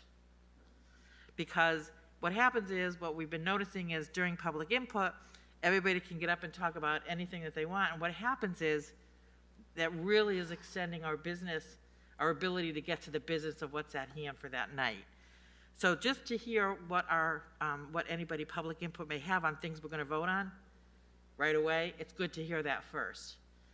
So we changed that. And on the order of procedure, item 15, public input, that's the last one, the last public input, but anybody can speak on any matter. Okay, so if you remember, we had the agenda items only first, and then anything that people wanted to discuss. And then whether a meeting is in person or virtual, the public input should not exceed 30 minutes unless extended by the mayor with the consent of the majority. I believe that was 20 minutes, and we changed it to 30 minutes. There was no time before. Oh, we didn't have any time on it? Okay. That was for, the public, okay, yes. We didn't have any time on it. We want to we really are unable to get our business done if we have like 4 hours of public input, which is fine, but let's hear the items that we're going to vote on first so we can hear the input and make our decisions based on that. Councilor Manili, did you have a question? Okay. And then the last one is, a chart will be placed at the end of the town council rules and procedures showing the number of members present and voting. So if you look at the last page of the pack that Deb sent us, you'll see this little chart in the back. So based on the number of seated members, that are present and voting, that's what the 2/3 plus 1 vote would be. Councilor Manili. I have a question. Can you go over the time of adjournment one? The majority vote of the council members presenting and voting is needed to extend the meeting past 11 o'clock. It's just supposed to say present and voting. That's what. Present and voting. Present. Okay, so can you clarify it again then for me? The majority vote of the council. So say it's 11 o'clock and somebody says, can we extend the meeting? We need, according to the back page here. A majority. Majority, just a majority. No, say that's a majority plus 1. This plus 1. A super majority plus 1. Yeah, so in order to extend the meeting, we just need a majority, so Yeah. you just need, and suppose there- one person says no. 4 other people have to say no, and then it's a majority. Okay, because like right now, it's like as soon as one person says no, meeting's over. That's what we changed. That can't happen So that anymore. can't happen anymore. Can't happen anymore. That's what I want to make sure, thank you. Okay. Haven't been shut off once before, it's very, take it personally. All right, any other questions or Can I ask comments? a question? Mr. King, do you have your hand up? Or Deputy just Mayor Pendleton. He's just relaxing. Deb, on page 8, why is item 7, in-person meeting and virtual meeting, why are those written there? On page 8? There is a reason. Please tell me. Because it's not accurate information. The virtual meeting isn't copying what we said over here in the beginning. Wait, Help me out. Could that be changed? wait, now 7 and 8 you're talking? Page 8, What's in red, you mean? the red stuff. Oh, Why is that there? it should say 30 minutes too. Right, Everything it should say 30 minutes, and I don't know, right. Um, Item 7, why is item 7 there when if you follow through article? Because now you have it, we're gonna have 2, this is what's gonna be on, at the back of the agenda, how we have that whole Yeah. listing, how things are. Got done. it, okay. Yes, right. So you're changing the 50 to 30, please, yes? Yes, yes. Thank you. And same with virtual and number 15. Okay. I think I changed the, okay. Are there any other questions or, I'm sorry, Deputy Mayor Pendleton, are you done? Oh, thanks. Did you have another question? No, I'm good. All right, I'm good, go ahead. She's set. Thank you, Deputy Mayor you're done? Pendleton. I think I'm good. I think Okay. we worked pretty hard on this, so what would it be our next plan, Councilor Snyder? We're gonna send this off to the town attorney? I believe we send it to the town attorney, have the town attorney take a look at it, make sure it's all okay, and then it would come back for a final vote. Back to the next meeting. Mhm. Okay, Thank you. all right. Thank you both, and thanks to the committee for their work, and thank you, Ms. Reed, for your work on this, and Mr. Maniscalco. that one. Appreciate it. Yeah. All right, Thanks. 13J, our flag Flag Flying Policy Working Group. Who's giving that report? Deputy Mayor Pendleton? Me. Okay. Thank you. Thank you, Mr. Mayor. The flag flying policy, we didn't create a whole new policy. What we did was go through our policy and we made some changes. And this is the first time that this council is reviewing this policy that we've presented. And it has the different ways of voting in it. We have the 2/3 plus 1 vote. You'll see our changes in here that are in red. We just kind of cleaned it up. So I'd like to, if you guys have read it, if you have no changes or suggestions, because I know this, you're just seeing this for the first time, since we've been working on this, and it was Councilor Manili and Councilor Lopez that we worked really hard on this together. So along with, we need to send this off to the town attorney. We had changes and we made sure that she was okay with our changes. So we'd like to send this off to go into a ordinance instead of a policy.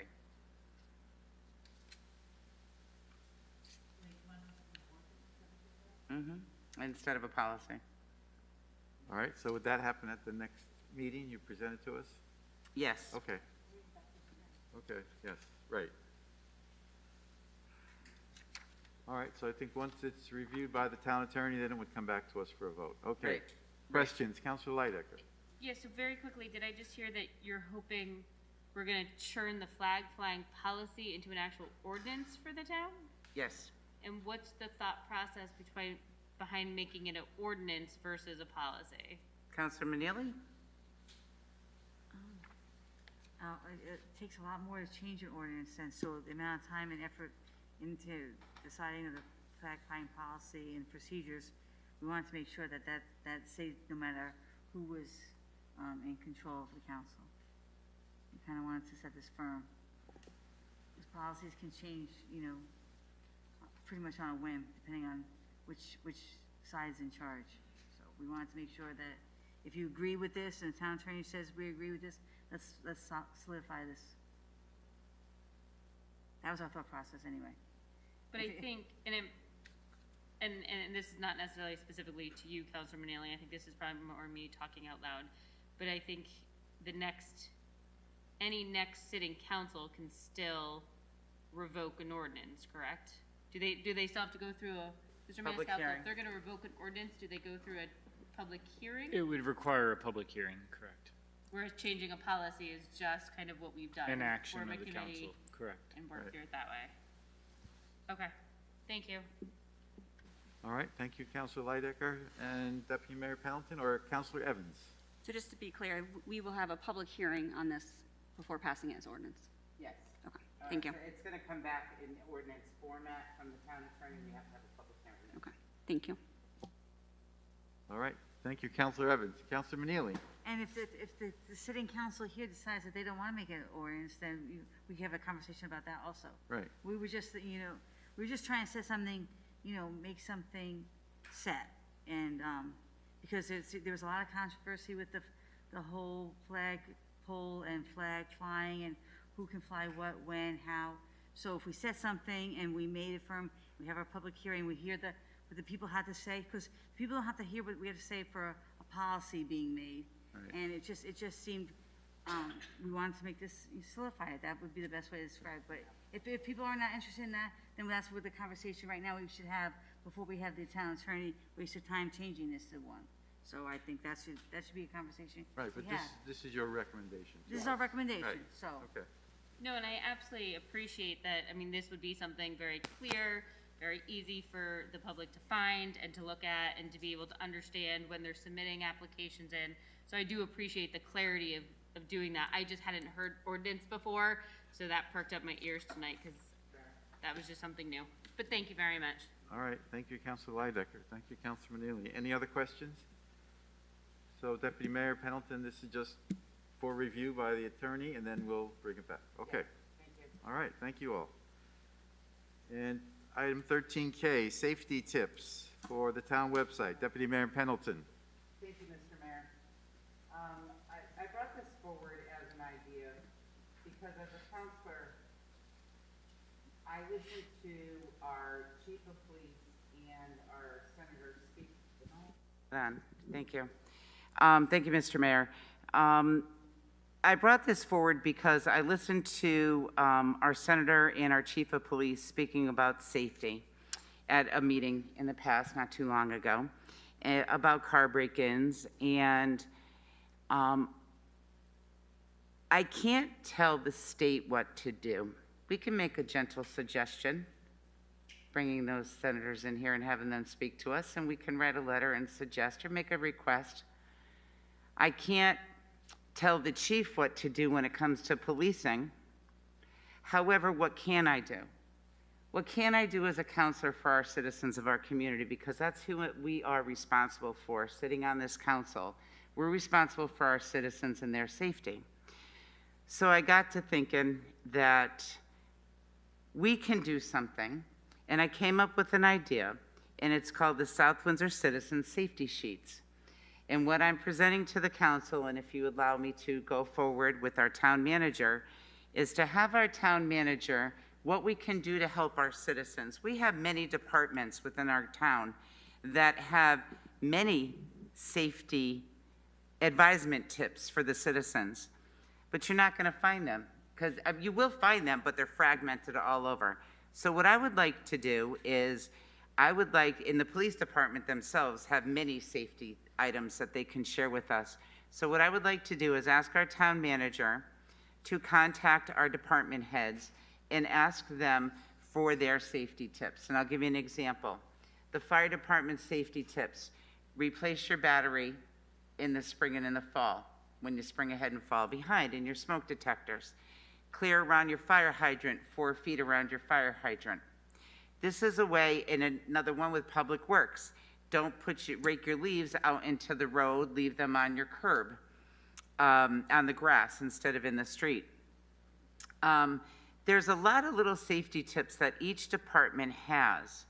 And what I was thinking of asking or creating is, on our general government page, the South Windsor Citizen Safety Sheets, alphabetized by department with the department's name, phone number, all their bulleted safeties, their tips that they have. We have a large, very diverse population in our community that may have come from other countries, that may not know what our rules or our safety features are within our community. It may be helpful for them. So it would be an alphabetized sheet that they can just click through and get to whatever department they need to get to, and they can look at all their safety advices and tips from that department. Like with the bike helmets, or with the reflectors, or the reflective clothing, or walk against traffic, ride with. I mean, little things like that some folks don't know. It's not going to cost us anything. It's something that we can proactively do as a council, is to help our community and help our citizens, and to educate themselves on what our guidance is here is in our community. We can also put the 9 o'clock lock it and keep it, clear it, lock it, keep it on your car. So that's what I'm presenting to the council, and I'd like to hear if what folks have to say about that, or if you'd like to go forward. Thumbs up. One. Any suggestions? Great. Good. Great. Good. Thank you. So, Mr. Maniscalco, could you please do that with your department heads, and then maybe get back to the council in IT and see what we can create? Yep, we'll see what we could get together. Thank you. Appreciate it. All right, thank you, Deputy Mayor Pendleton. So you're talking about a one-page kind of website? No, right on our, I'm sorry, Mr. Mayor. No, right on our government website, right on our government page, right there in the front of it, it will say safety sheets. Got it. And if they click on that one, alphabetize each department will have their own page. Got it. It's their own sheet of safety tips, and it will be alphabetized. So the first one will be whatever we have. Let's say H, and then we go down to Public Works. You know what I mean? They just click till they get to the right one. Thank you very much. Thank you. Great idea. Thank you. All right, we'll go on to the next item, 14, passage of ordinance, and we have none tonight. Item. No. Next. Okay, we have public input, item 15. Anyone from the public want to speak? Mrs. Etter.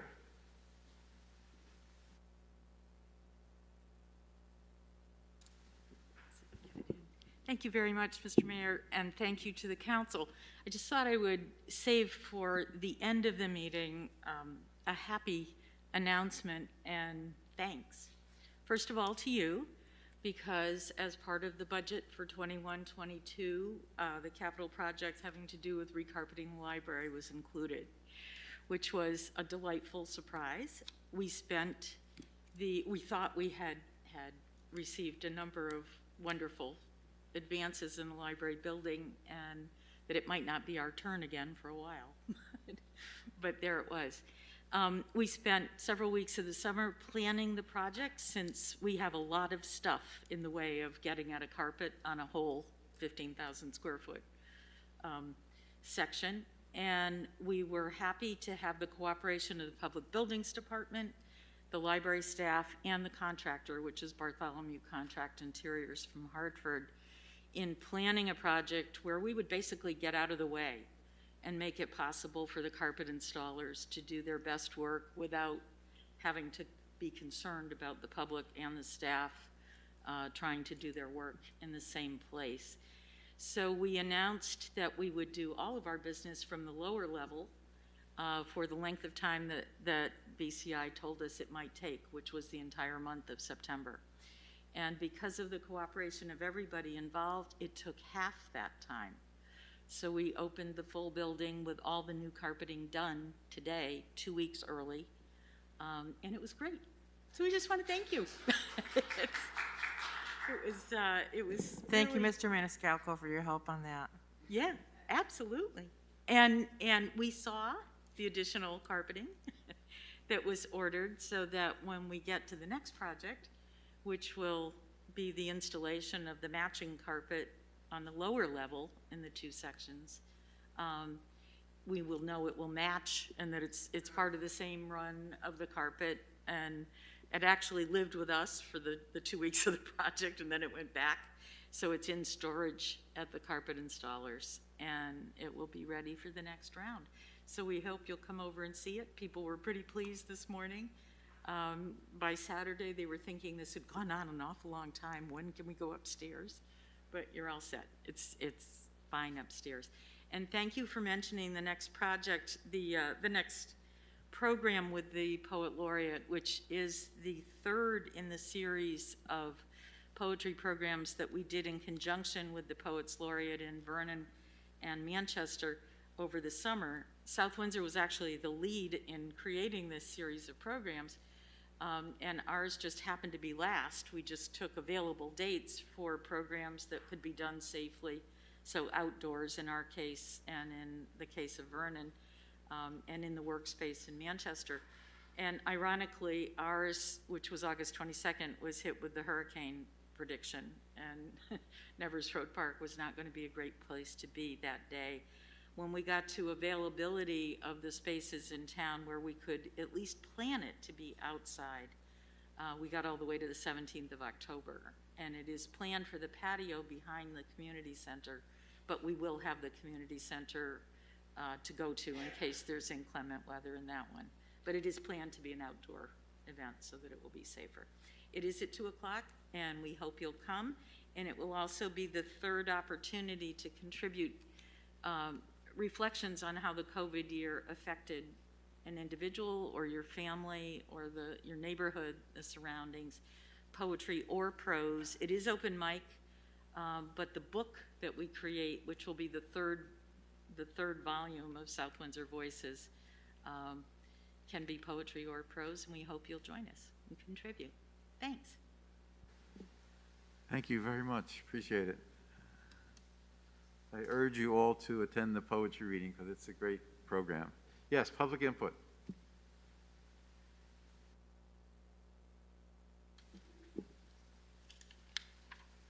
Very good. So thank you, Chief Lindstrom, for being here today and discussing everything you did. You were talking about something that is very real and very scary for a lot of people in town. But what I noticed after that discussion, what I truly appreciated, was the amount of time that was spent to reassure everyone that we are in a safe community. And that felt really good. A lot of you mentioned, like, yes, this is real, this is happening, but overall, we are safe. you are safe in your home. And my request is to do the same in regards to COVID. Yes, COVID is real. Yes, COVID is scary. Yes, COVID is making people sick, and it has taken lives in our town. But I don't hear the same reassurance that overall in our town, people are healthy. The amount of people who are healthy versus those who are sick is very much outweighed. So please, instead of just reading the amount of people who are sick or who have died, let's talk about the amount of people who are in vibrant health in this town. Thank you. All right, thank you. Any other person for public input?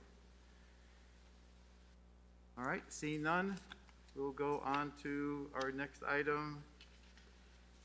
Communications from the council. Any reports anyone has to share? If not, we'll go on to item 17. It's our executive session. Deputy Mayor Pendleton. Thank you, Mr. Mayor. 17A, to discuss the possible purchase of real estate for the town pursuant to Connecticut General Statute 1-210B7, Griffin Road and Strong Road. I'd like to invite the town manager, Mr. Maniscalco, the assistant town manager, Vanessa Perry, and assistant town manager, Scott Roberts. All right, motion's been made and seconded. Any questions about it? If not, all those in favor, aye. Aye. Any opposed, nay. Just for the public's information, we will not be returning to this room. We will be adjourning the meeting at the executive session. There is no further business to conduct after executive session. So good night. Thank you for attending.